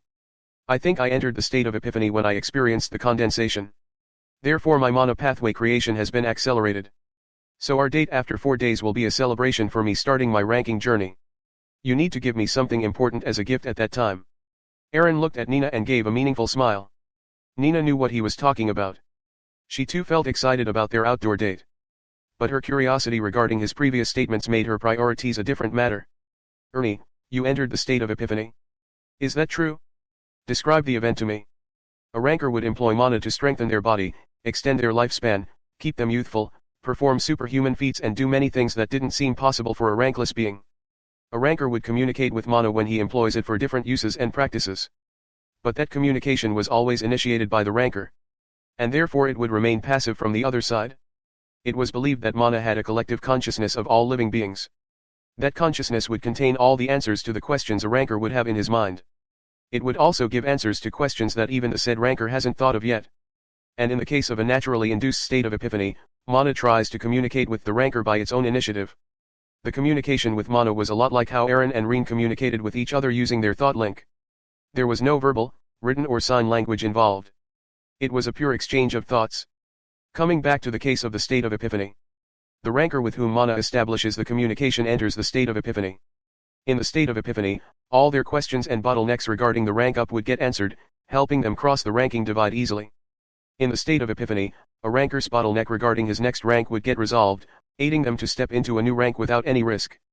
Therefore every ranker wanted to experience the state of epiphany, especially when they experienced a slump in their ranking journey. A ranker who experienced the state of epiphany was considered lucky because it would not happen with everyone at low ranks. And the ones who had experienced it might not be able to experience it again. The state of epiphany was a natural phenomenon. It couldn't be produced in a controlled environment or settings under normal circumstances by low-ranked entities. High-ranked entities would sometimes be able to communicate with the mana and connect with its universal consciousness by using special means, spells, and artifacts. But this was called forced epiphany, and its effects were far from the naturally occurring ones. The state of epiphany was not for everyone. Mana would only talk of its initiative with a few individuals who were innately attuned to the mana. These individuals would be called geniuses of their generations. And they would traverse through the ranking journey so fast, it would create a legend around them. The ranker would be called a genius if he could experience the state of epiphany before his teen years. As per this standard, Aaron would be one of those rare geniuses who appeared once in a few centuries. If he did experience the state of epiphany, that is. Which he did not. But there was no way to prove that Aaron did not experience the state of epiphany. That's what Aaron counted on when he gave this reason to justify him using the herbs to open mana pathways. Aaron was no genius. The mana never talked with him. And he never experienced the feeling of being connected to higher consciousness. But the state of epiphany was a perfect excuse for him to justify his sudden growth. It would also serve as a reason behind any potential leap in the ranking journey. Aaron had already known about the state of epiphany and read its effects on the ranker's psyche and body. That's because he had read the anecdotes of rankers who had experienced it. When Nina asked him to state his experiences, Aaron knew what and how to talk about the state of epiphany. He gave pretty detailed info to Nina. That had her convinced that he was the genius she thought him to be. Wow. Experiencing the state of epiphany at this age can be considered a blessing and curse at the same time, Ernie. That's because it's such a waste to use this rare opportunity to progress further in low ranks. It's towards the high ranks that you need a big help like this. And only in high ranks can this gift be truly and efficiently used. But since you've experienced the state of epiphany at such a young age, you must be better attuned to mana than even me. That means the state of epiphany can happen to you again. I just hope that you have progressed further in ranks when that happens. Nina told Aaron while looking at him with care and pride hidden in her eyes. Her Aaron was one of those geniuses of his generation. Of course, she would feel prideful. But a genius ranker would often attract trouble their way. Nina hoped that Aaron would be smart enough to not get involved in that mess. 5 days before heading out for the academy, Aaron could be seen sitting naked in his room in a meditative position. He was trying to endure the tremendous pain as the mana pathways were being created inside his body at an unbelievable speed after the consumption of the herbs. Aaron knew the expulsion of impurities this time would be much higher than what he had to go through last time. Therefore he sat naked. It took a while before the process was complete. As soon as it did, the mana core below Aaron's navel spun and sent the accumulated mana through the pathways to circulate it inside his body. The mana core had been activated. Aaron's body felt so much lighter and full of vitality after the mana started circulating inside his body through the newly created primary pathways. Aaron knew he had entered the initial stage of F rank with his mana core now. Aaron could see his entire body was oozing a colorless, sticky tar-like substance that was like green slimy mass. Aaron looked and smelled like he hadn't bathed in months and dipped in a beast's mucus. But contrary to his current visage, Aaron's body was rejoicing. He felt his body stats had been improved by a leap. Aaron realized that this level up into rank F was much better and thorough than what he had gone through in his previous life. The gem's mysterious inscription showed itself again under his navel before disappearing again. But there were many things lined up for him to do instead of thinking about a mystery he couldn't solve at the time. Aaron needed to clean up. He needed a good bath to look as fresh as his current body felt. But his thoughts were focused on a different matter. Now that I'm done entering the F rank, it's about time I enter someone else as well. Aaron smirked and told himself. It was time for his camping date with Nina. Chapter 49, Camping Date P1. It was time for Aaron's camping date with Nina. Aaron took his time bathing. When he got out, the Ozenwood's butcher managed to look even more youthful than he already was. Nobody would believe that this kid who looked like he still hasn't stopped nibbling on his mother's breasts for milk would be the mystery so many ranked entities were looking to unravel. Aaron wore his usual clothes and stepped downstairs. Nina noticed the difference in looks and aura around him and realized the kid had pulled off entering rank F. Entering rank F at in teen years wasn't a big deal. A lot of kids his age would be having the same ranking status as him. But these kids would usually prepare for their rank from a very young age, even before they could be termed as teens. Whereas Aaron had started his ranking journey only a month ago. Nina could only make sense out of this because of Aaron's explanation that it was related to the state of epiphany. Nina took Aaron in her embrace and the latter returned her hug. Ernie, you pulled it off. We should celebrate. I can. Nina was going to make him his favorite pancakes coated in layers of maple syrup. But she was cut off midway. Aunt Nina, you don't have to do anything extra. We already have a date planned at the campsite. We'll celebrate it there tonight. I'll go get the camping gear now. But first I'll need an ID stone. So I'll visit a shop that sells it. Then register my mana signature on it at the city admin office. I'll also have to buy resources suitable for my current rank. Then I'll have to buy hunting set for my rank. I'm sure Jake's shop would cover these things. So I'll visit him. My time till the evening is packed. But we can head for the camping site as soon as I come back. Aaron explained to Nina about his plans today while he had his non-pancake breakfast. Nina could only agree to the young adult's schedule. Aaron had his fill and was about to leave home when he looked back and asked Nina. By the way, Aunt Nina, what color is it today? Nina smiled. She thought Aaron's head was filled with today's plans. But apparently, he still had some space left for these thoughts. She didn't take any detours this time. I'll do you one better. Today's color is white with green floral print. Nina looked at him mischievously. Aaron was impressed at the improvement. That's a nice print. A flower print for a flowery place. How I wish to just inhale the fragrance oozing from the pink blossom. There'll be time for that. You do what you have to do first. Give me another memorable date. And then we'll see. Nina was looking him right in the eyes when she said it. She thought it would be like their previous adventure. Everything in the menu apart from the penetration. But what she didn't know was that Aaron had prioritized the final act this time, treating it as the main dish. I live to serve, lady. But would you be kind enough to, mow the lawn a little? That way I can enjoy exploring the folded petals of pink blossoms some more without any interruption. Little rat, you said you didn't mind the growth last time. Nina first blushed after Aaron made such a demand. She had really let it grow and was aware she needed to trim it down, if not outright wax or shave it. Nina was going to groom it today anyway after Aaron's departure. But Aaron's request made her keep it as it is just to spite him.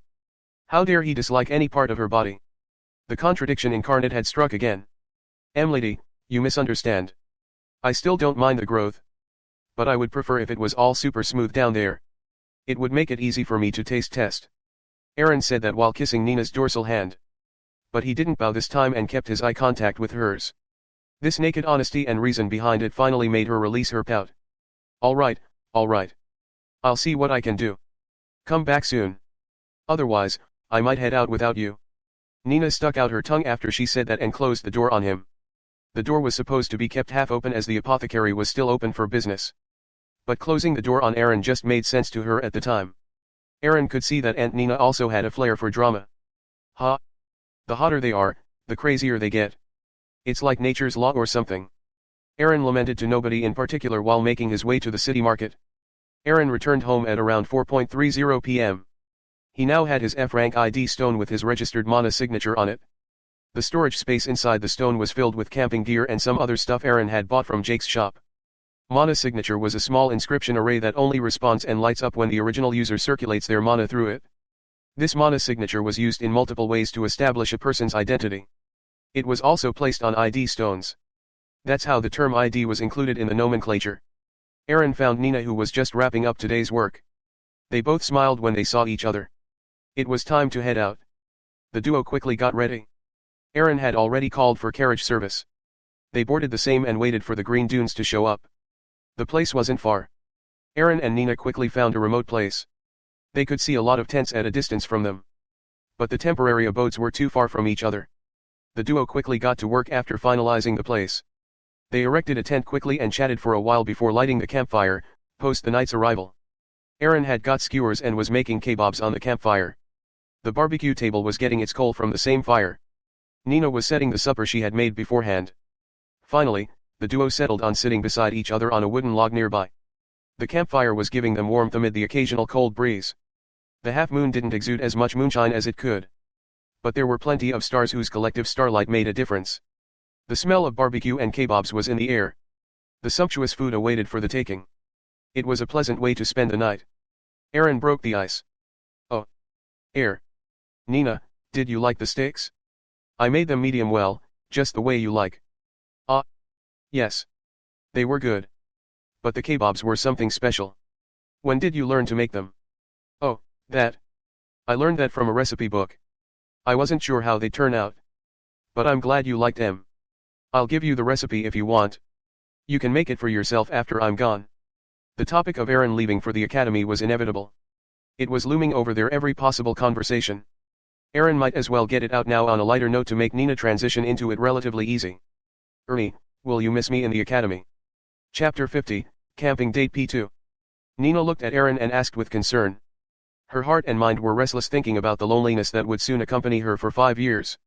If Aaron had not made this progress with her, Nina would have been fine. She would have still cared for him and missed him, but it wouldn't have been detrimental to her psyche like the way it is during this timeline. Nina had realized in this 1 month's duration, Aaron had gotten so close to her as a man that she had become emotionally dependent on him. She chided herself for turning into an emotional fool. But Aaron's next words calmed her erratic nerves. Nina, of course, I'll miss you. And I'm sure you'll miss me too. But I have a home in you. I'll always come back. 5 years are nothing even for a rankless person.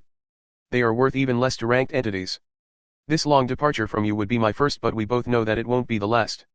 And no separation will be forever between us. You have an important role to play in my future by being my guiding star. You need to concentrate on progressing further instead of immersing yourself in these desolate feelings. I know you are strong. Not just as a ranker but also as a human being with a determined stance. I want you to put that strength into good use. Look for opportunities to rank up. I'm sure it'll be hard for your level. But use your time, resources, and mind to come up with a solution. You don't have to worry about my safety anymore. But not having to worry about my safety doesn't mean freedom to take unnecessary risks. Use your bronze and brains in the right way to always ensure your survival, no matter what you need to do. Lie to me or anyone if your survival is at stake. Be selfish enough to prioritize your interests. Only by doing this will you be able to progress further in ranks. Otherwise, you will regret not spending your efforts in the right direction in the future, especially when I overtake you. Aaron said all that like it was the most obvious thing for him to overtake Nina, who was so much ahead of him in rank and experience. Nina realized that Aaron had a hand to play in the future. He was basing his predictions on a solid background instead of indulging in euphemism. She also understood that Aaron was telling her to seriously think about finding opportunities to rank up now that she had been given 5 years to do so without any care. The Nina of previous timeline had stayed in the city of Ozan when Aaron was away. But this timeline's Nina had decided that she would explore the world and resume being an adventurer for these 5 years. What the duo didn't know was that Nina's decision to explore would alter her fate and make her survive the tragedy that had befallen her in the past timeline, resulting in her death. But that would be a story for another time. Coming back to the present. Nina wasn't surprised anymore by Aaron's wise words like he had lived a lifetime. She had already accepted that Aaron was special. He was way too clever to be simply called a clever kid. Ernie, I was going to tell you the same thing for your stay in the academy. But it looks like I don't have to. You even lectured your aunt on this. How cheeky do you want to get in front of me? Nina went for her usual move and pulled Aaron's cheeks. To which the latter just led her while saying, Huh? And who? I don't see any aunt here, do you? I can only see a lovely lady sitting beside me. We are having our outdoor date under the starry sky, surrounded by the green pastures and cold breeze, with only the campfire and each other's body warmth to keep us all cozy. Aaron got closer to Nina and nudged her gently by the shoulder with his. Nina felt Aaron's body warmth and understood what he meant. The cold in the air did not affect Nina. But the cold loneliness that was about to hit her soon did. This warmth was all she needed to make that loneliness a little bearable for her. Then she saw Aaron take a sealed bottle out of his ID stone and uncork it before pouring her a glass of wine. Ernie, isn't that the same Madeira wine we had at Soirée Gracias? Did you buy another one out of your pocket? Are you trying to take advantage of me again? Nina understood Aaron's classy act. Get her drunk to get in her pants. She called him out brazenly for his gentlemanly act. She was anticipating his embarrassment or some sort of an apology. She would have still gotten drunk after that after pulling his legs a little. But the guy had sold all his shame in the city market before coming here. Aaron didn't even flinch when he heard Nina's tease. Ha! I'm only giving you the excuse to act liberated in front of me. Otherwise, you'd be as afraid to make a move as an experienced teenage girl. Now tell me, do you wish to take this excuse off my hands or do you prefer spending this night without it? Aaron held the wine glass in front of her and stirred it while saying this. He came out in the open to tease her and reverse tease her in this way. Nina's cheeks were instantly puffed red. What Aaron had said about the wine and her was true. Last time, she blamed everything on the wine. And this time too, the glass stood out as a good excuse for her to let Aaron have his way with her. But after hearing what Aaron had to say, she wanted to reject the glass. Aaron had not used any aphrodisiac this time on Nina. He didn't need it. He didn't even need a wine. Aaron had the confidence to go all the way with her tonight. He just wanted to lighten the burden it would place on Nina a little. Hence the wine. Therefore, he cleared up her hesitancy to take the glass. It's okay, Nina. I was only kidding. Let's equally blame it on the wine. It's not like the wine will call out our BS. Here, gulp it down this way. Saying that, Aaron took a small sip of the wine. Nina was horrified by his stunt and wanted to stop him. First, he was underage. Second, the wine was made from C-rank ingredients. It was a C-rank debuff potion. Aaron would die if he consumed it. Chapter 51, Camping Date P3. Aaron took a small sip of the wine. Nina was horrified by his stunt and wanted to stop him. First, he was not used to with alcohol in general. Second, the wine was made from C-rank ingredients. It was basically a C-rank debuff potion. Aaron would die if he consumed it. But before she could do so, Aaron stood straight in front of her and lowered his head to kiss her on the lips. Nina could feel the wine that was dripping down from Aaron's mouth into her throat. Aaron had not gulped down the C-rank wine. He wasn't suicidal. He only kept it in his mouth briefly before sending it into Nina's throat. Nina was still sitting on the log. So she had to look up to respond to Aaron's kiss. By doing so she had allowed for a gravity-friendly expressway for the incoming wine. The insides of Aaron's mouth were feeling a little burnt because of the wine, like he had put a lump of hot coal in his mouth. But he didn't care. "Ernie, stop doing stunts like these. I can drink the wine myself." Nina was kinda angry at his stunt. But she was also equally impressed by the romanticism behind it. "Forgive me, Emily. I was only trying to impress you." Aaron smiled at her and kissed her on her cheeks. "Consider me impressed. Now give me that." Nina smiled back and finally took the glass from him. She knew the consequence behind that action. She was practically consenting to Aaron's advances by accepting that wine. But now she didn't care. She did want to act liberated. If the wine can help her, so be it. Aaron kept on pouring more wine for her, one sip at a time while their talks went on. They both knew where they were heading. But they wanted to talk about all the remaining subjects before the eventuality hit them. Nina took out a chainmail armor, leather pants made of mana beast skin, boots, and a pair of daggers from her storage. They were all upper-grade F-rank items, perfectly suitable for a newbie ranker like him. Nina had also given him 20 extals and loads of eddies, Edinburgh dollars. "Ernie, I've prepared this gift set for you. I bought it from the city of Lauren. I was going to give it to you on the day of your departure, but tonight feels like a good moment to do so. It would also serve as a gift for your rank breakthrough. The chainmail armor has a simple lightweight spell inscribed on it. You can wear it under your shirt and it'll go unnoticed. The rest of the objects are also compatible with your F-rank mana. You can circulate your mana through them to enhance their functionalities. And here's some cash and extals for your normal and ranking related purchases. I know you have some cash on you. But having more wouldn't hurt. It's good that you broke through into the F-rank and can now use the ID stone. We can stay in touch through it. If you need anything else, just inform me and I'll arrange for you to receive it in the academy. Now tell me, did you like your gift?" Aaron took everything Nina had given to him into his storage. He agreed with her statement. Although he had money, having more of it wouldn't hurt. And the academy was a place where it would be needed the most. "I liked them all. But there's something else I want from you tonight. Memories, Nina. I want good memories from you that would accompany me in these 5 lonely years." Aaron looked at Nina with dreamy eyes. Nina understood the wine did not only affect her. Even if Aaron had only stored it inside his mouth for a brief period, it was still a C-rank sherry. Aaron had gotten half drunk because of it. Nina too was feeling lightheaded after drinking so many gulps of Madeira. She had decided she would stock up the wine and keep it in her cellar. And would drink it whenever she felt like remembering Aaron. "Oh, Ernie. Let's make some memories then." Nina took Aaron in his embrace and Aaron embraced back. They both started slow kissing first before gradually increasing their pace. Both their hands were now set out as the expeditionary party from them. They touched and explored each other's bodies. Aaron and Nina went on like this for what felt like an eternity and a matter of moments at the same time. Their sense of time had been skewed. Both of their bodies were on fire. The flames of love, lust, and affection had engulfed them. Soon the duo went inside the tent. They decided that without the need to talk. Nina laid on the makeshift bed inside the small tent. Aaron was on top of her, kissing her neck and twisting her right nipple at the same time. Nina had started moaning. She had wrapped her legs around Aaron, who had started dry humping her. His bulge was getting rubbed frantically on Nina's mound. "Oh, Ernie. Where did you learn all this, I still wonder. I checked your room in your absence. There were no magazines in your room that you claimed to have read these techniques from." Nina wasn't aware she wasn't supposed to say that she had intruded on Aaron's privacy. But she was too far gone and curious to care. Aaron was only lightly feeling the effects of wine. He was still in his control. He didn't stop what he was doing at the time while replying. "Why would I need those magazines when I have your hot bod to relish on? Of course, I threw them after seeing this piece of fine ass." Aaron grabbed Nina's right butt cheek while saying this. Nina was too flattered by Aaron's responses to care about his language. You are an ass man, Ernie. You won't like those academy girls' tiny asses anymore after getting the taste of this big booty? Hee hee. Nina too was swinging it. She too felt like letting go of all her stoppers. That's right. What will I do for 5 years without this booty? I'll have to hit on a good teacher with a figure similar to yours just to curb the feelings I have for you. Cheater jerk. You are thinking about screwing other women while you are with me. At least have the decency to not say it while we are at it. Nina pulled Aaron's cheeks as he was busy nibbling on her neck.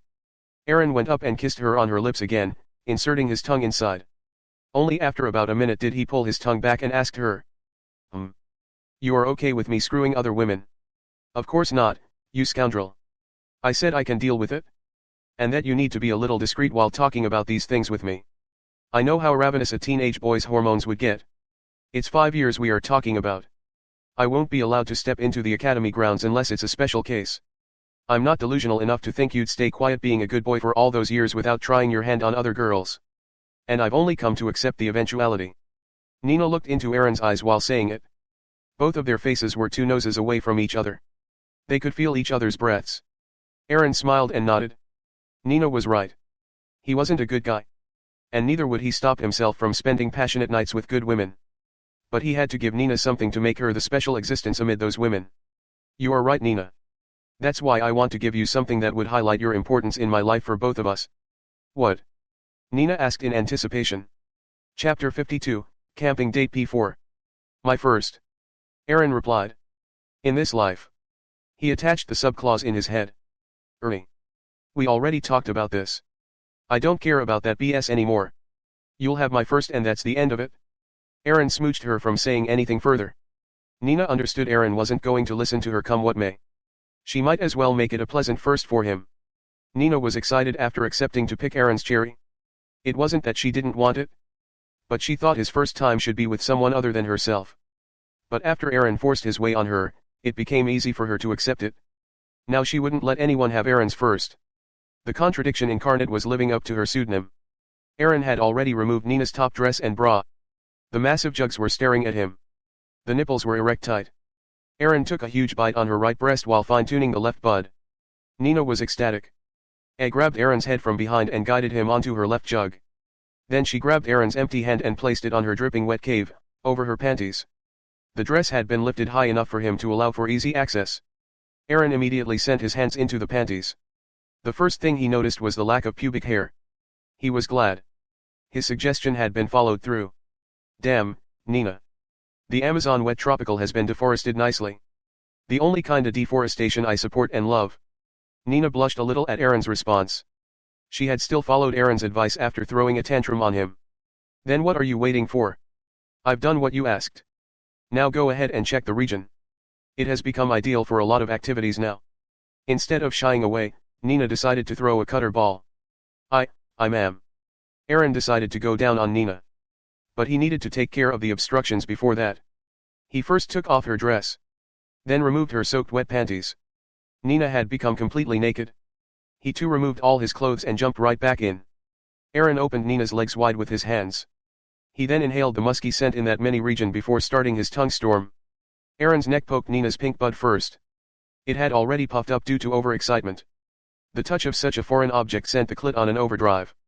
Nina started producing pussy juices aplenty. She grabbed Aaron's head again and pressed it some more against her cave. Aaron decided his lil guy shouldn't feel left out. So he continued his act and just shifted his groin right over Nina's face. Nina didn't need a guidebook to understand his action. She immediately took his rod in. Ernie, your dick is growing. Before your rank up, it was an inch shorter. But post you entering the F rank, it seems this weapon is also increasing its power and potency. Hee hee. Rejoice, Nina. Your man still has a lot of potentials to grow. Aaron laughed before resuming his extended licking session. Nina had come twice. It was the same for him. But both wanted more. Plus, Aaron's F-rank body helped him not run on fumes this time around. Aaron started deep-throating Nina. He inserted 2 of his finger into Nina's baby-making hole while working on her pink button.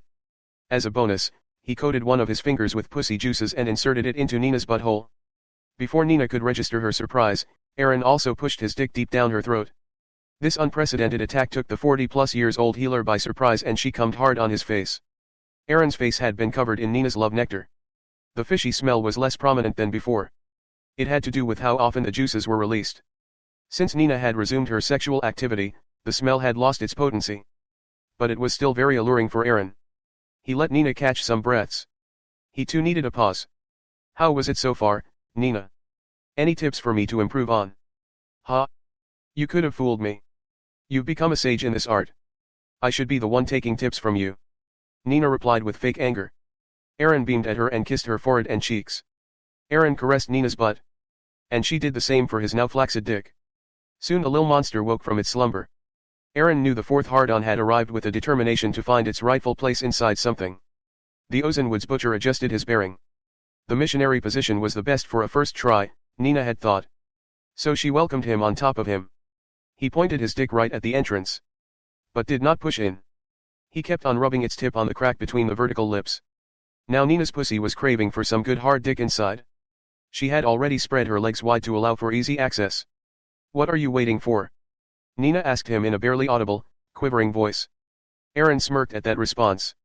I want you to guide it in. Nina understood what Aaron wanted to say. He was still offering her a way out should she decide to. But guiding his dick inside would mean it wasn't forced on her. This was Aaron's way of showing care. But she had already gotten comfortable with the idea. There was nothing that could change her mind now. She firmly grabbed Aaron's dick from the side with her hand and guided it in. Only then did Aaron push it in. And the moment it did, Aaron felt like he had accomplished something monumental. One of his dreams from his previous life had been completely fulfilled today. Nina's pussy welcomed the foreign intruder with a lot of nectar and tightly closed walls. Her vaginal walls contracted around Aaron's dick as if they would never let it go outside. E-R-N-I. Keep pushing in, baby. Keep driving your dick inside. Screw me. Fuck me hard. Nina dug her nails on Aaron's back but then subconsciously controlled her force. Aaron was busy pushing his rod in and out of Nina's love hole. He didn't have time to register pain coming from his back. Nina, this was the best first time one could ask for. Your dripping wet, tight pussy is just that awesome. Everything about you, just drives me crazy. Your big jugs, your huge butt. Your slim waist, your eyes, your skin tone, and your musky smell. They all come together to make you the goddess that you are. My goddess. Chapter 53, Camping Date P5. Aaron knew the effects of compliments the women would experience on them while they engaged in this act. Aaron didn't want to always take this much effort to fuck Nina. He didn't have that much time. He wanted to spend his remaining time in effortless fucking sessions. Without having to take her to these formal dates. For that, he needed to lay a strong foundation in his first engagement. The compliments came easy to him since they all depicted what he truly felt about her. His efforts didn't go in vain. Oh. Ernie. How did I become? So important in your eyes. But I'm glad that I did. If you worship it so much. This body is your baby, praise it. Fuck it. And ravage it the way you want. Don't stop now. And don't talk. Keep fucking. Faster. Stronger. Deep strokes, baby. Your aunt's pussy can take it. Aaron didn't need any more encouragement. He kept on ramming inside her while he played with her clit. Nina's body was aching to that touch. She started moaning loudly. Her language had become crasser in her ecstasy. Nobody in the city of Ozen that knew her would relate that voice, tone, or language with the image of the powerful healer they had in their minds. It didn't take long before Aaron nut inside her. But they weren't satisfied. They took their time to take a small rest. Drink water. And relieving themselves a little before resuming soon after. Nina was now cowgirling on Aaron's dick right now. She kept hammering her huge butts down on Aaron's dick which looked small in contrast to those massive masses. Aaron was glad he could rest his back while fucking Nina. He could employ better control in thrusting his dick upwards because his other muscles didn't have to do much. The sound of flesh meeting flesh was resounding in the small tent. The smell of wanton sex was strong inside. Both of their bodies had shades of red on them. And Nina wasn't tired at all. She looked like she could go all night. Aaron wasn't sure how long he would last even with his rank breakthrough, but he didn't care about lasting long. He was confident about his manhood. He didn't need to prove it to Nina or anyone else for that matter. That's why he only enjoyed the moment. Ernie baby, how did you like your first time? With this, I've taken your cherry. Hee. Nina asked Aaron while rocking on his dick.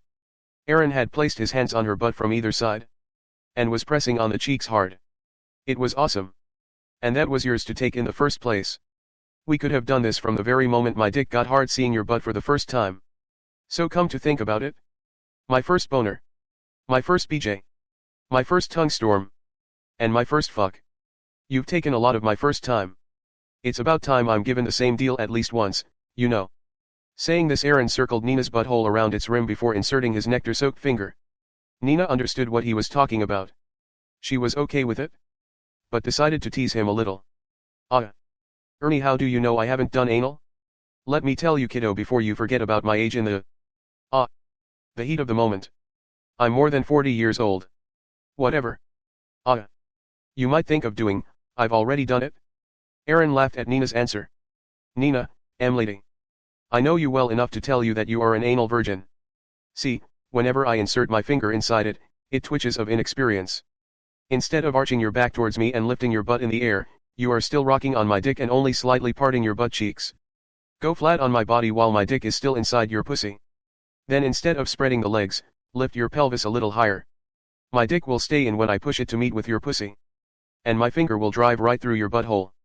Nina's eyes went wide after hearing Aaron's explanation. She was indeed an anal virgin. Little rascal, are you sure you've given me your first? How many ladies did you fuck before you gained this knowledge? I just fucked my beautiful goddess in my dreams countless times before I came up to possess this knowledge. Aaron wouldn't lose a chance to send more compliments towards Nina's way to make her drop the subject of his broad experience. And he was glad after realizing it worked. Nina did as Aaron told her to do. Aaron could drive his finger through Nina's finger easily now. There was a lot of pussy juice to use as a lubricant. The anal walls only restricted the dual finger entries for a while before the rim muscles adjusted to their girth. Aaron was now sure Nina's inexperienced hole would be able to accommodate his rod easily. He took out his dick from her pussy and aligned it at her rear entrance. Nina and Aaron looked in each other's eyes as he sent his dick in to take Nina's only remaining first time. Ernie. Go slow, baby. Yes, dear. Your pussy has helped a lot, producing the juice to serve as an ointment. I'll start the pushes now. Rest your head on my shoulder while lifting your pelvic some more and just enjoy the ride. Nina did as Aaron told her to. She first found the anal to be very uncomfortable. But soon she adapted to it. She didn't have to wait long before the ecstasy kicked in.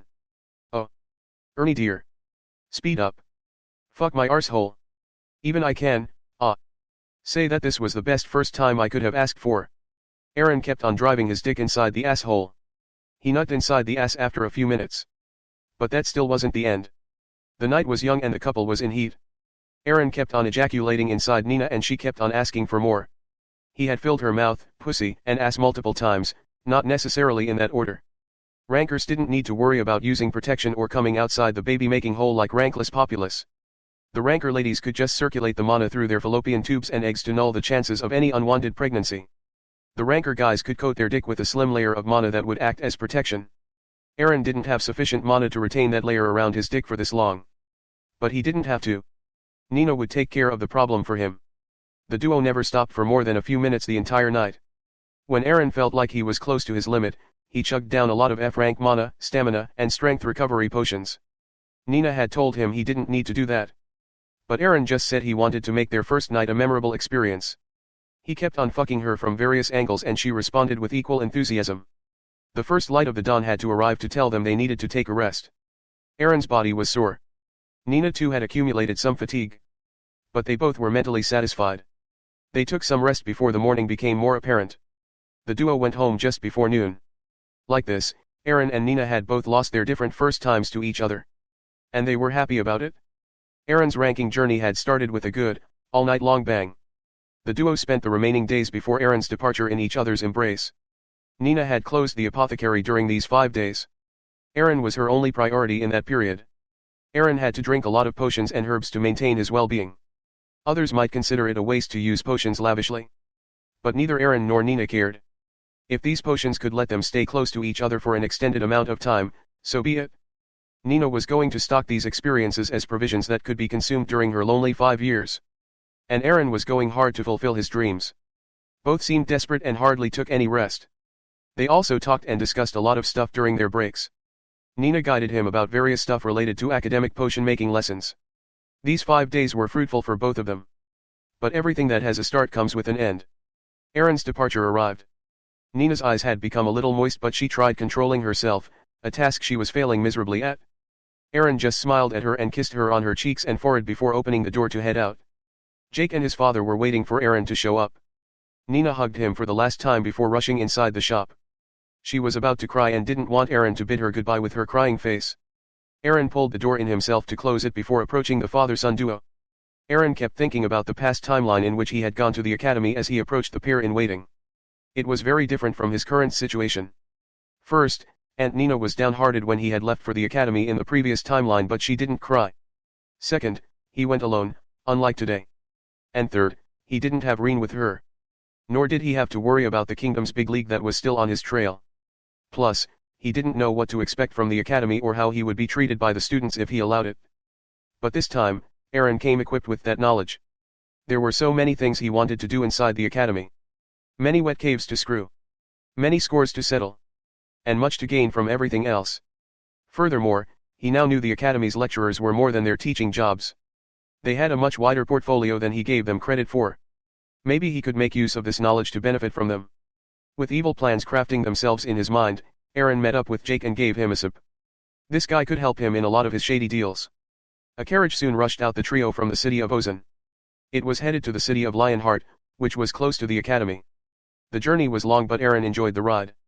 Aaron didn't know when he would return to this place. But return, he would. At least this time. As a better adventurer and not so better human being. Part 2 of the series ends here.